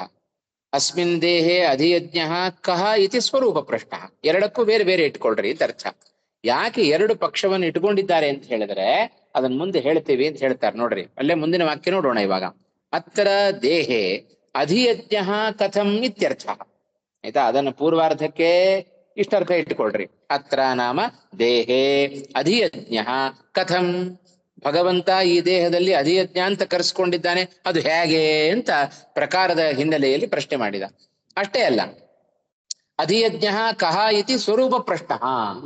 ಹಾ ಆಯ್ತಾ. ಮತ್ತೆ ಇಲ್ಲಿಯೂ ಕೂಡ ಆ ಅಧಿಯಜ್ಞನ ಸ್ವರೂಪದ ಬಗ್ಗೆ ಪ್ರಶ್ನೆ. ಅತ್ರ ಅಂತ ಅಸ್ಮಿನ್ ದೇಹೆ ಅಂತ ಹೇಳಬೇಕಾದ್ರೆ ಇತಿ ಅಸ್ಮಿನ್ ದೇಹೆ ಅಧಿಯಜ್ಞ ಕಹ ಇತಿ ಸ್ವರೂಪ ಪ್ರಶ್ನ. ಅತ್ರ ನಾಮ ದೇಹೇ ಅಧಿಯಜ್ಞ ಕಥಂ ಇತ್ಯರ್ಥ ಆಯ್ತಾ. ಯಾವ ಪ್ರಕಾರದಿಂದ ಅವನು ಈ ದೇಹದ ಒಳಗೆ ಅಧಿಯಜ್ಞ ಅಂತ ಕರೆಸ್ಕೊಂಡಿದ್ದಾನೆ, ಹೇಗೆ ಅಂತ ಆಯ್ತಾ. ಆಮೇಲೆ ಅಸ್ಮಿನ್ ದೇಹೇ ಅಭಿಯಜ್ಞ ಕಹ ಇತಿ ಸ್ವರೂಪ ಪ್ರಶ್ನ. ಒಂದು ಸ್ವರೂಪದ ಬಗ್ಗೆ, ಮತ್ತೊಂದು ಪ್ರಕಾರದ ಬಗ್ಗೆ. ಪ್ರಕಾರದ ಹಿನ್ನೆಲೆಯಲ್ಲಿ ಮಾಡಿದ ಪ್ರಶ್ನೆ ಒಂದು, ಸ್ವರೂಪದ ಹಿನ್ನೆಲೆಯಲ್ಲಿ ಮಾಡಿದ ಪ್ರಶ್ನೆ ಮತ್ತೊಂದು. ಯಾಕೆ ಈ ರೀತಿ ಪಕ್ಷದ್ವಯವನ್ನ ಅಸ್ಮಿನ್ ದೇಹೇ ಇತಿ ಪಕ್ಷದ್ವಯ ಕೃತ್ಯಂ ಪರಿಹಾರ ವಾಕ್ಯೇ ವಕ್ಷ್ಯಾಮ. ಮುಂದೆ ಪದದ್ವಯ ಕೃತ್ಯಂ ಅಸ್ಮಿನ್ ದೇಹೇ ಅಂತ ಎರಡು ಪದಗಳನ್ನು ಕೊಟ್ಟಿದ್ದಾರೆ ಇಲ್ಲಿ. ಆ ಎರಡು ಪದಗಳ ಕೃತ್ಯ ಅದೇನು, ಯಾಕೆ ಹೀಗೆ ಹೇಳಿದರು ಅನ್ನೋದನ್ನ ಮುಂದೆ ಸದ್ಯದಲ್ಲಿ ಈ ಪ್ರಶ್ನೆಗಳಿಗೆ ಪರಿಹಾರವನ್ನ ಮಾಡುವ ಸಂದರ್ಭದಲ್ಲಿ ವಕ್ಷ್ಯಾಮ ಹೇಳ್ತೇವೆ ಅಂತಂದ್ರೆ ನೋಡೋಣ. ಎಲ್ಲಿ ಬರುತ್ತೆ, ಪ್ರಾಯ ಮುಂದಿನ ಶ್ಲೋಕಗಳು ಬರುತ್ತೆ ಆಯ್ತಾ. ಬಂದಾಗ ನೋಡೋಣ, ಇಲ್ಲಿ ಜೋಡಿಸ್ಕೊಳ್ಳೋಣ ಅಂತ. ಅಲ್ಲಿಗೂ ಲಿಂಕ್ ಕೊಡ್ತಾರ ಅವ್ರು ರಾಯರು ಆಯ್ತಾ. ಹಿಂದೆ ಹೀಗೆ ಹೇಳಿದ್ವಿ, ಹೇಳ್ತೇವೆ ಅಂತ ಇಲ್ಲಿ ಹೇಳ್ತಾ ಇದೀವಿ ಅಂತ. ಅಂತ ಇನ್ನು ಕೊನೆ ಎರಡನೇ ಶ್ಲೋಕದ ಕೊನೆ ಪಾದ. ಅಂತಕಾಲೇ ಕಿಮರ್ಥಂ ಕಥಂ ಭೂತಃ ಕೇನ ಪ್ರಕಾರೇಣ ಸ್ಮರ್ತವ್ಯ ಇತ್ಯರ್ಥ. ಅಲ್ಲಿಯೂ ಕೂಡ ಎರಡು ರೀತಿಯಾಗಿ ಪ್ರಶ್ನೆ ಮಾಡಿಕೊಳ್ಳ್ರಿ. ಅಂತ್ಯಕಾಲದಲ್ಲಿ ಅಂತ್ಯಕಾಲ ಅಂದ್ರೆ ಮರಣ ಕಾಲದಲ್ಲಿ ಕಥಂ ಭೂತಃ ಅಂದ್ರೆ ಭಗವಂತನನ್ನ ಯಾತಕ್ಕೋಸ್ಕರ ನಾವು ಧ್ಯಾನ ಮಾಡಬೇಕು. ಪ್ರಯಾಣ ಕಾಲೇ ಚ ಕಥಂ ಜ್ಞೇಯ, ಯಾವ ಪ್ರಕಾರದಲ್ಲಿ ಭಗವಂತನನ್ನು ನಾವು ತಿಳಿಬೇಕು. ಈ ಕಥಂ ಭೂತಃ ಕೇನ ಪ್ರಕಾರ, ಕೇನ ಪ್ರಕಾರೇಣ ಇತಿ ಅಲ್ಲ, ಕೇನ ಪ್ರಕಾರೇಣ ಇತಿ ಕಥಂ ಭೂತಃ ಆಯ್ತಾ.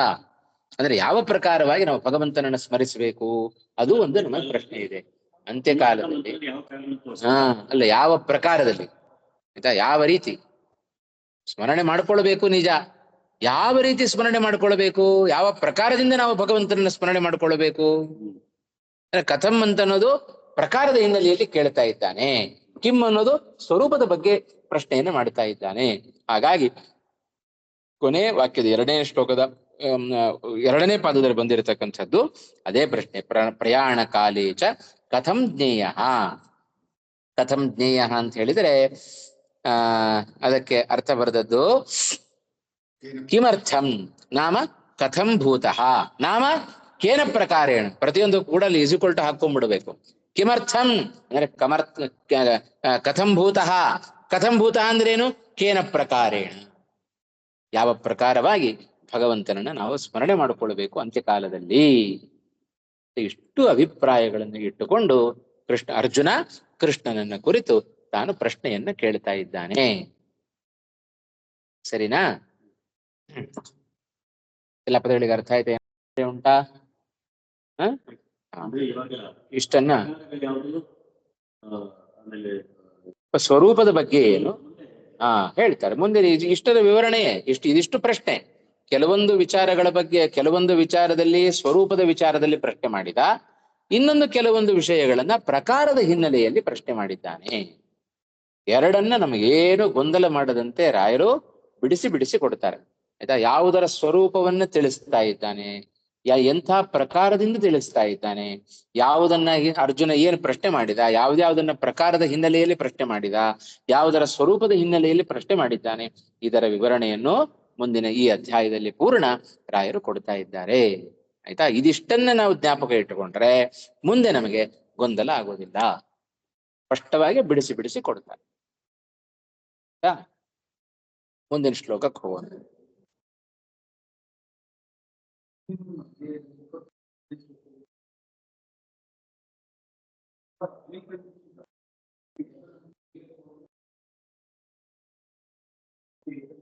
ಹಾಗೇನಿಲ್ಲ. ಅಲ್ಲ, ಈಗ ಅಂದ್ರೆ ಕೃಷ್ಣನ ಅಭಿಪ್ರಾಯ ಇಷ್ಟೇ. ಹಿಂದಿನ ಶ್ಲೋಕದಲ್ಲಿ ಹೇಳಿದಂತೆ ಅಪರೋಕ್ಷ ಜ್ಞಾನಿ ಆದವ ಆಯ್ತಾ, ಜರಾಮರಣ ಮೋಕ್ಷಾಯ, ಜರಾಮರಣ ಇವುಗಳ ಬಿಡುಗಡೆಗೋಸ್ಕರ ಏನ್ ಮಾಡಬೇಕು? ನನ್ನನ್ನೇ ಆಶ್ರಯಿಸಿಕೊಂಡು ಪ್ರಯತ್ನ ಮಾಡಬೇಕು. ಮಾಂ ಆಶ್ರಿತ್ಯ ಯೇ ಯತಂತಿ ಕಿಮರ್ಥಂ ಜರಾಮರಣ ಮೋಕ್ಷಾಯ. ಆಮೇಲೆ ಅದೆಲ್ಲ ಹಿಂದೆ ಇದ್ದದ್ದೇ, ಯಾವುದನ್ನು ನಾವು ಲಿಂಕ್ ಬಿಡ್ಲಿಕ್ಕಿಲ್ಲ. 2ನೇ ಅಧ್ಯಾಯ ಇರ್ಬೋದು, 4 ಇರ್ಬೋದು, 5 ಇರ್ಬೋದು, 6 ಇರ್ಬೋದು, ಏನೇನು ಹಿಂದೆ ಸಾಧನೆಗಳನ್ನು ಹೇಳ್ಕೊಂಡು ಬರ್ತಾ ಇದ್ದಾನೆ, ಇವೆಲ್ಲವೂ ನಮಗೆ ಬೇಕು. ಅನೇಕ ವಿಚಾರಗಳನ್ನ ಕೃಷ್ಣ ಪರಮಾತ್ಮ ತಾನು ತಿಳಿಸ್ಕೊಡ್ತಾ ಇದ್ದಾನೆ ಒಂದೊಂದು ಅಧ್ಯಾಯದಲ್ಲಿಯೂ ಕೂಡ. ಹಾಗಾಗಿ ಅದು ಮಾತ್ರ ಸಾಕು, ಹಾಗಾದ್ರೆ ಅದನ್ನ ಬಿಟ್ಟುಬಿಡೋಣ, ಇದು ಮಾತ್ರ ಸಾಕು, ಒಂದನ್ನು ಬಿಡ್ಲಿಕ್ಕಿಲ್ಲ, ಒಂದನ್ನೇ ಹಿಡ್ಕೊಳ್ತೇನೆ ಅಂದ್ರೆ ಒಂದನ್ನೇ ಹಿಡ್ಕೊಳ್ಲಿಕ್ಕೂ ಇಲ್ಲ. ಎಲ್ಲ ಸಾಧನೆಗಳು ಬೇಕು. ಹಾಗಾಗಿ ಒಟ್ಟಾರೆಯಾಗಿ ಕೃಷ್ಣ ಒಂದೊಂದು ಅಧ್ಯಾಯದಲ್ಲಿ ಒಂದೊಂದು ಅಂಶಗಳನ್ನು ತಿಳಿಸ್ತಾ ಬರ್ತಾ ಇದ್ದಾನೆ. ಹಾಗಾಗಿ ಜರಾಮರಣ ಮೋಕ್ಷಕ್ಕೋಸ್ಕರ ಅವನನ್ನ ಆಶ್ರಯಿಸಿ ಪ್ರಯತ್ನ ಪಟ್ಟರೆ ಸಾಕು, ಉಳಿದದ್ದೆಲ್ಲ ಬಿಟ್ಟು ಬಿಡೋಣ. ಹಿಂದೆ ಹೇಳಿದ್ದೆಲ್ಲ ಬಹಳ ಕಷ್ಟ ಅಪ್ಪ, ಅನುಸಂಧಾನ ಮಾಡ್ಕೊಳ್ಬೇಕು, ಭಕ್ತಿ ಮಾಡಬೇಕು ಅಂತ ಹೇಳಿದ, ಅದೆಲ್ಲ ಕಷ್ಟ, ಬಿಟ್ಟು ಬಿಡೋಣ, ಅದನ್ನು ಬಿಡ್ಲಿಕ್ಕಿಲ್ಲ, ಅದನ್ನು ಮಾಡಬೇಕು. ಭಗವಂತನ ಅಪರೋಕ್ಷ ಜ್ಞಾನಕ್ಕೆ ಅನೇಕ ಸಾಧನಗಳಿದೆ. ಆ ಸಾಧನಗಳೆಲ್ಲ ಒಟ್ಟಾದರೆ ಮಾತ್ರ ನಮಗೆ ಭಗವಂತನ ಅಪರೋಕ್ಷ ಆಗಲಿಕ್ಕೆ ಸಾಧ್ಯ. ಸಾಧನಗಳ ಸಂಖ್ಯೆ 100 ತುಂಬಬೇಕು ಅಂದ್ರೆ ಭಗವಂತ ಬಂದು ನಿಲ್ತಾನೆ. ಆ 100 ತುಂಬಬೇಕಾದ್ರೆ ಬಹಳಷ್ಟು ಕಷ್ಟಪಡಬೇಕು. ಹಾಗಾಗಿ ಪ್ರತಿಯೊಂದು ಸಾಧನೆಯೂ ಕೂಡ, ಪ್ರತಿಯೊಂದು ಅಂಶವೂ ಕೂಡ ನಮಗೆ ಮುಖ್ಯವೇ. ಈ ಹಿನ್ನೆಲೆಯಲ್ಲಿ ಕೃಷ್ಣ ಆ ಜರಾಮರಣ ಮೋಕ್ಷಾಯ ಮಾಂ ಯೇ ಯತಂತಿ ಅನ್ನುವ ಮಾತನ್ನು ಕೂಡ ಇದೇ ಹಿನ್ನೆಲೆಯಲ್ಲಿ ಹೇಳಿದ್ದಾನೆ. ಅಂದ ಮಾತ್ರಕ್ಕೆ ಹಿಂದೆ ಹೇಳಿದ್ದು ಬೇಡ ಅಂತಾಗ್ಲಿ ಅಥವಾ ಇದು ಮಾತ್ರ ಸಾಕು ಅಂತಾಗ್ಲಿ ತೀರ್ಮಾನಕ್ಕೆ ಬರುವಂತೆ ಇಲ್ಲ. ಸರಿನಾ?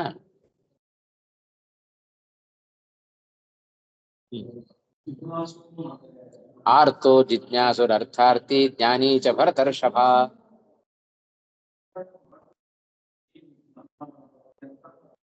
ಹೌದು, ಅದೇ ಅಂಥವರು ಕೂಡ ಹಂತ ಹಂತವಾಗಿ ಮೇಲೆ ಇರ್ತಾರೆ. ಈಗ ಆರ್ತನಾದವ, ಆರ್ತಃ, ಜಿಜ್ಞಾಸು, ಅರ್ಥಾರ್ಥಿ, ಜ್ಞಾನಿ, ಅದರಲ್ಲೂ ಹೇಳಿದ ತಾರತಮ್ಯಕ್ಕನುಗುಣವಾಗಿ ಯಾರು ಶ್ರೇಷ್ಠರು ಅದನ್ನು ತಿಳಿಸಿಕೊಟ್ಟ ಅಲ್ವಾ? ಹಾಗಾಗಿ ನಾವು ಕೂಡ ಈ ರೀತಿಯಾದ ಸಾಧನೆಯನ್ನ ಮಾಡಿ ಮಾಡಿ ಮೇಲ್ಮಟ್ಟಕ್ಕೆ ಹೋಗ್ಬೋದು. ಆರ್ತರ ಲಕ್ಷಣ ತಿಳಿಸಿದ, ಜ್ಞಾನಿಗಳ ಲಕ್ಷಣ ತಿಳಿಸಿದ, ಅರ್ಥಾರ್ಥಿಗಳ ಲಕ್ಷಣವನ್ನ ತಿಳಿಸಿದ. ಹಾಗಾಗಿ ನಾವು ಇದೆಲ್ಲ ವಿಚಾರವನ್ನ ತಿಳ್ಕೊಂಡಾಗ ಜ್ಞಾನಿಗಳಾಗಬೇಕು ಅಂತಾದರೆ ಯಾವ ರೀತಿಯಾಗಿ ನಮ್ಮ ಪ್ರಯತ್ನ ಇರಬೇಕು ಅನ್ನೋದನ್ನ ಅರ್ಥ ಮಾಡಿಸೋದೇ ಕೃಷ್ಣನ ಕೆಲಸ. ಅದು ಒಂದರಿಂದನೇ ಅಂತ ಅರ್ಥ ಅಲ್ಲ, ಅದೊಂದಕ್ಕೋಸ್ಕರ ಮಾಡಬೇಕು ಅಂತ ಅರ್ಥ ಅಲ್ಲ. ಇದರ ಹಿಂದೆ ಭಗವಂತನ ಅಪರೋಕ್ಷವೂ ಸೇರಿಕೊಂಡಿದೆ. ಅದರ ಉದ್ದೇಶವೂ ನಮಗುಂಟು. ಶ್ರೀ ಭಗವಾನುವಾಚ ಅಕ್ಷರಂ ಬ್ರಹ್ಮ ಪರಮಂ ಸ್ವಭಾವೋಧ್ಯಾತ್ಮ ಹೇಳಿ ನೊಮ್ಮೆ ಹೇಳಿ. ಸ್ವಭಾವೋಧ್ಯಾತ್ಮ ಮುಚ್ಯತೆ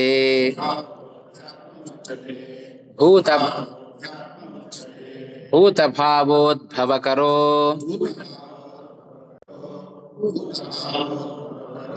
ವಿಸರ್ಗಃ ಕರ್ಮ ಸಂಹಿತಃ.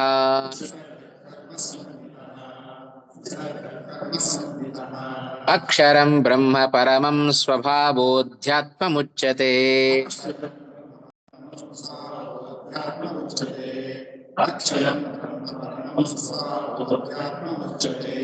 ಭೂತಭಾವೋದ್ಭವಕರೋ ವಿಸರ್ಗಃ ಕರ್ಮ ಸಂಹಿತಃ.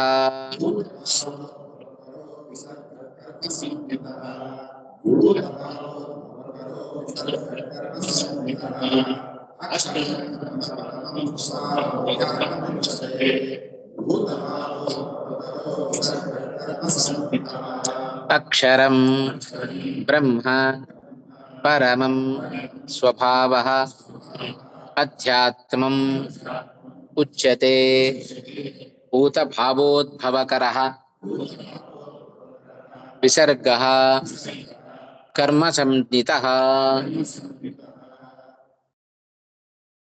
ಒಂದೊಂದನ್ನೇ ಕೃಷ್ಣ ಅರ್ಜುನ ಕೇಳಿದ 8 ಪ್ರಶ್ನೆಗಳಿಗೆ ಒಂದೊಂದೇ ಪ್ರಶ್ನೆಗೆ ಉತ್ತರವನ್ನ ಕೊಡ್ತಾ ಇದ್ದಾನೆ.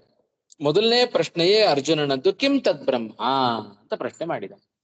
ಆ ಬ್ರಹ್ಮ ಅಂದ್ರೆ ಏನು, ಅಧ್ಯಾತ್ಮ ಅಂದ್ರೆ ಏನು, ಕರ್ಮ ಅಂದ್ರೆ ಏನು, ಅದನ್ನು ತಿಳಿಸ್ಕೊಡ್ತಾ ಇದ್ದಾನೆ. ಅಕ್ಷರಂ ಪರಮಂ ಬ್ರಹ್ಮ ಅಂತ ಹೇಳಿದ. ಪರಮಂ ಬ್ರಹ್ಮ, ಪರಮಂ ಅಕ್ಷರಂ, ಬ್ರಹ್ಮ ಸರ್ವೋತ್ತಮನಾಗಿರ್ತಕ್ಕಂತಹ ಪರಮಂ ಬ್ರಹ್ಮ ಅಕ್ಷರಂ, ಅಕ್ಷರ ಶಬ್ದವಾಚ್ಯನಾಗಿದ್ದಾನೆ ಭಗವಂತ. ಹಾಗಾಗಿ ಒಂದೊಂದು ಅಕ್ಷರಗಳು ನಮ್ಮ ಬಾಯಿಂದ ಬಂತು ಅಂತಾದ್ರೆ ಅಕ್ಷರ ವಾಚ್ಯನಾದವ. ಪ್ರತಿಯೊಂದು ಅಕ್ಷರಗಳಿಂದಲೂ ಭಗವಂತ ತಾನು ವಾಚ್ಯನಾಗಿದ್ದಾನೆ. ಹಾಗಾಗಿ ಪರಮಂ ಬ್ರಹ್ಮ ಅಕ್ಷರಂ, ಅಕ್ಷರ ಶಬ್ದದಿಂದ ವಾಚ್ಯವಾಗಿರತಕ್ಕಂತಹ ಭಗವಂತ ಏನಾಗಿದ್ದಾನಲ್ಲ, ಸರ್ವೋತ್ತಮನಾಗಿರತಕ್ಕಂತಹ ಭಗವಂತ ಅವನು ಅಕ್ಷರ ಎಂಬ ಶಬ್ದದಿಂದ ವಾಚ್ಯನಾಗಿದ್ದಾನೆ.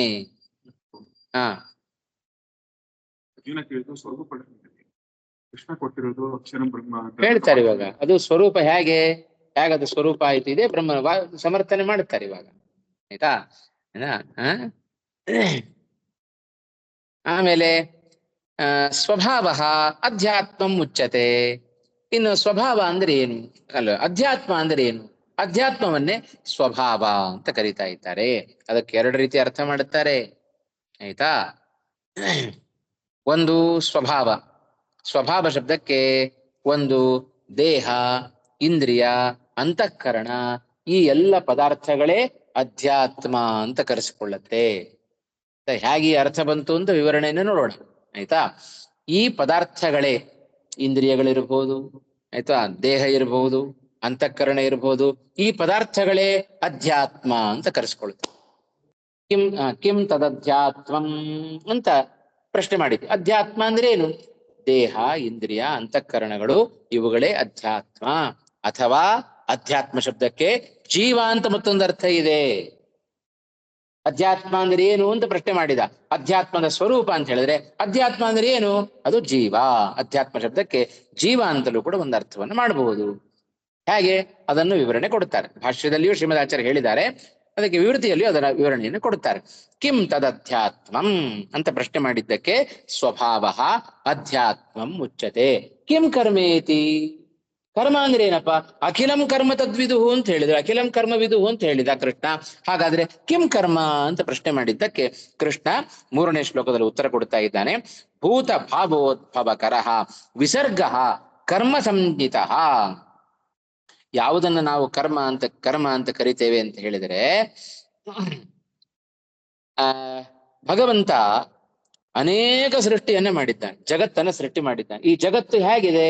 ಚರಾಚರಾತ್ಮಕವಾದದ್ದು ಈ ಜಗತ್ತು, ಚೇತನಾತ್ಮಕವಾದದ್ದು ಈ ಜಗತ್ತು, ಜೀವ ಜಡಾತ್ಮಕವಾದದ್ದು ಈ ಜಗತ್ತು.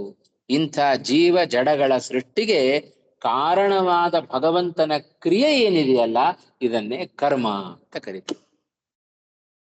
ಈ ಜಡ ಚೇತನಾತ್ಮಕವಾದ ಜಗತ್ತಿನ ಸೃಷ್ಟಿಗೆ ಏನು ಭಗವಂತನ ಕ್ರಿಯೆ ಇದೆ, ಕಾರಣವಾದ ಭಗವಂತನ ಕ್ರಿಯೆ ಇದೆ, ಇದನ್ನೇ ಕರ್ಮ ಅಂತ ಕರೆದು. ಅದನ್ನೇ ಉತ್ತರಾರ್ಧದಲ್ಲಿ ಹೇಳುವಾಗ ಭೂತ ಭಾವೋದ್ಭವಕರ ವಿಸರ್ಗ, ವಿಸರ್ಗೋ ನಾಮ ಸೃಷ್ಟಿ, ಆಯ್ತಾ.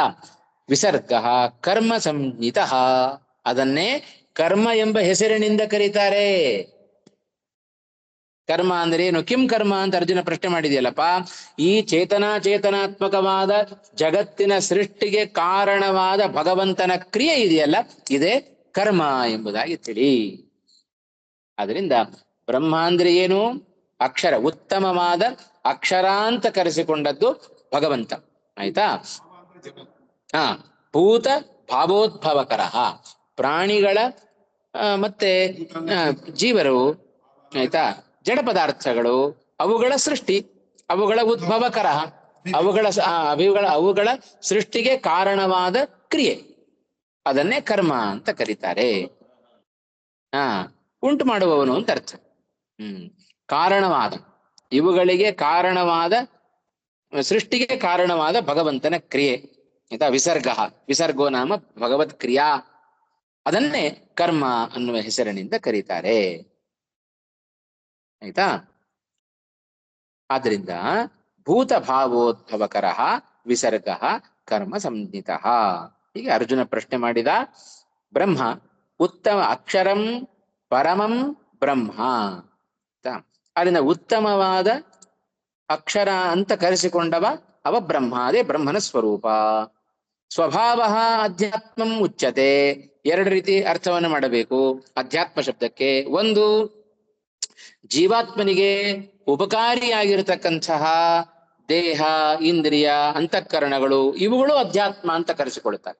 ಇವುಗಳಲ್ಲಿ ಜೀವನಿಗೆ ಉಪಕಾರಿಗಳು ತಾನೆ, ನಮಗೆ ಎಷ್ಟು ಉಪಕಾರ ಮಾಡುತ್ತವೆ. ದೇಹಗಳಾಗ್ಬೋದು, ಅಂತಃಕರಣ, ಇಂದ್ರಿಯ, ಇವೆಲ್ಲ ಜೀವನಿಗೆ ಉಪಕಾರಿಯಾಗಿರ್ತಕ್ಕಂಥದ್ದು. ಆದ್ರಿಂದ ಜೀವಾತ್ಮನಿಗೆ ಉಪಕಾರಿಯಾದ ದೇಹ, ಇಂದ್ರಿಯ, ಅಂತಃಕರಣಗಳು, ಇವುಗಳು ಅಧ್ಯಾತ್ಮ ಅಂತ ಕರೆಸಿಕೊಳ್ಳುತ್ತೆ. ಅಥವಾ ಇನ್ನೊಂದು ಗ್ರಂಥ ಇದೆ, ಆತ್ಮಾಧಿಕಾರ ಅಂತ ಒಂದು ಗ್ರಂಥ. ಆ ಗ್ರಂಥದಲ್ಲಿ ಯಾವ ರೀತಿಯಾಗಿ ಅದರಲ್ಲಿ ವರ್ಣಿತನಾದವ ಜೀವ. ಅದರಲ್ಲಿ ಏನಂತ ವರ್ಣಿತನಾಗಿದ್ದಾನೆ? ಶಾಶ್ವತವಾಗಿ ಒಂದೇ ರೀತಿಯಾಗಿ ನಿರ್ವಿಕಾರನಾಗಿ ಇರುವ ವ್ಯಕ್ತಿ ಅವ ಜೀವಾತ್ಮ, ಅವನನ್ನೇ ಅಧ್ಯಾತ್ಮ ಅಂತ ಆತ್ಮಾಧಿಕಾರ ಅಂತ ಒಂದು ಗ್ರಂಥ. ಅದರಲ್ಲಿ ಅಧ್ಯಾತ್ಮ ಶಬ್ದಕ್ಕೆ ನಿರ್ವಿಕಾರನಾದ ಜೀವ ಅಂತ ಒಂದು ಅರ್ಥವನ್ನ ಮಾಡುತ್ತಾರೆ. ಅದನ್ನು ಭಾಷ್ಯದಲ್ಲಿ ಉಲ್ಲೇಖ ಮಾಡಿದರು ಶ್ರೀಮದಾಚಾರ್ಯರು. ಅದೇ ಅರ್ಥವನ್ನ ರಾಯರು ಇಲ್ಲಿಯೂ ಕೂಡ ಕೊಡುತ್ತಾರೆ. ಹಾಗಾಗಿ ಕಿಂ ತದಧ್ಯಾತ್ಮಂ ಅಂತ ಪ್ರಶ್ನೆ ಮಾಡಿದ್ದಾನಲ್ಲ, ಅದಕ್ಕೆ ಉತ್ತರ ಕೊಟ್ಟದ್ದು ಕೃಷ್ಣ. ಸ್ವಭಾವ ಅಧ್ಯಾತ್ಮಂ ಉಚ್ಯತೆ. ಸ್ವಭಾವ ಅಧ್ಯಾತ್ಮಂ, ಅಲ್ಲಿ ಸ್ವಭಾವ ಅನ್ನೋದಕ್ಕೆ ಎರಡು ರೀತಿ ಅರ್ಥ ಮಾಡಿದ್ರು. ಅಧ್ಯಾತ್ಮ ಅಂದ್ರೆ ಒಂದು ಜೀವ, ಒಂದು ನಿರ್ವಿಕಾರಿಯಾದ ಜೀವ, ಮತ್ತೊಂದು ದೇಹ, ಇಂದ್ರಿಯ, ಅಂತಃಕರಣ, ಇವೆಲ್ಲವೂ ಕೂಡ ಈ ಜೀವನಿಗೆ ಉಪಕಾರಿಯಾಗಿದ್ದಾವೆ. ಆತ್ಮನಿಗೆ ಉಪಕಾರಿಯಾದ ದೇಹ, ಇಂದ್ರಿಯ, ಅಂತಃಕರಣಗಳು ಅಧ್ಯಾತ್ಮ ಅಂತ ಕರೆಸ್ಕೊಳ್ತಾವೆ. ಜೀವಾತ್ಮನು ನಿರ್ವಿಕಾರಿಯಾದ ಜೀವಾತ್ಮನು ಅಧ್ಯಾತ್ಮ ಅಂತ ಕರೆಸ್ಕೊಳ್ತಾನೆ. ಈಗ ಅಧ್ಯಾತ್ಮದ ಸ್ವರೂಪವನ್ನು ತಿಳಿಸಿದ ಕೃಷ್ಣ. ಅದರ ಜೊತೆಗೆ ಭೂತಭಾವೋದ್ಭವಕರ ವಿಸರ್ಗ, ಜೀವ ಜಡ ಇವುಗಳ ಸೃಷ್ಟಿಗೆ ಕಾರಣವಾಗಿರತಕ್ಕಂತಹ ಭಗವಂತನ ಕ್ರಿಯೆ, ಇದೇ ಕರ್ಮ ಅಂತ ಕರೆಸ್ಕೊಳ್ಳುತ್ತೆ. 8 ಪ್ರಶ್ನೆಗಳಲ್ಲಿ ಪ್ರಾರಂಭದ 3 ಪ್ರಶ್ನೆಗಳಿಗೆ ಅದರ ಸ್ವರೂಪವನ್ನು ತಿಳಿಸಿಕೊಟ್ಟು ಯಾಕೆ ಹೆಸರು ಬಂತು ಅದನ್ನು ತಿಳಿಸಿಕೊಡ್ತಾನೆ. ಅಧ್ಯಾತ್ಮ ಶಬ್ದಕ್ಕೆ ಯಾಕೆ ಜೀವ ಅಂತ ಯಾಕೆ ಅರ್ಥ ಮಾಡಬೇಕು, ದೇಹೇಂದ್ರಿಯ ಅಂತಃಕರಣಗಳ ಪದಾರ್ಥಗಳೇ ಅಧ್ಯಾತ್ಮ ಅಂತ ಯಾಕೆ ಅರ್ಥವನ್ನು ಮಾಡಬೇಕು, ಇದೆಷ್ಟರ ವಿವರಣೆಯನ್ನು ಮುಂದಿನ ಶ್ಲೋಕಗಳಲ್ಲಿ ನಾವು ಕಾಣ್ತೇವೆ. ಇದು ಈ 3ನೆಯ ಶ್ಲೋಕದ ಅಭಿಪ್ರಾಯ. ಶ್ಲೋಕಕ್ಕೆ ಅರ್ಥ ಆಯ್ತಾ ಇವಾಗ? ಅಕ್ಷರಂ ಬ್ರಹ್ಮ ಪರಮಂ ಸ್ವಭಾವ ಅಧ್ಯಾತ್ಮಂ ಉಚ್ಯತೆ. ಉಚ್ಯತೆ ಅನ್ನೋದು ಹಿಂದೆ ಅನೇಕ ಬಾರಿ ಬಂದಿದೆ ಅಲ್ವಾ.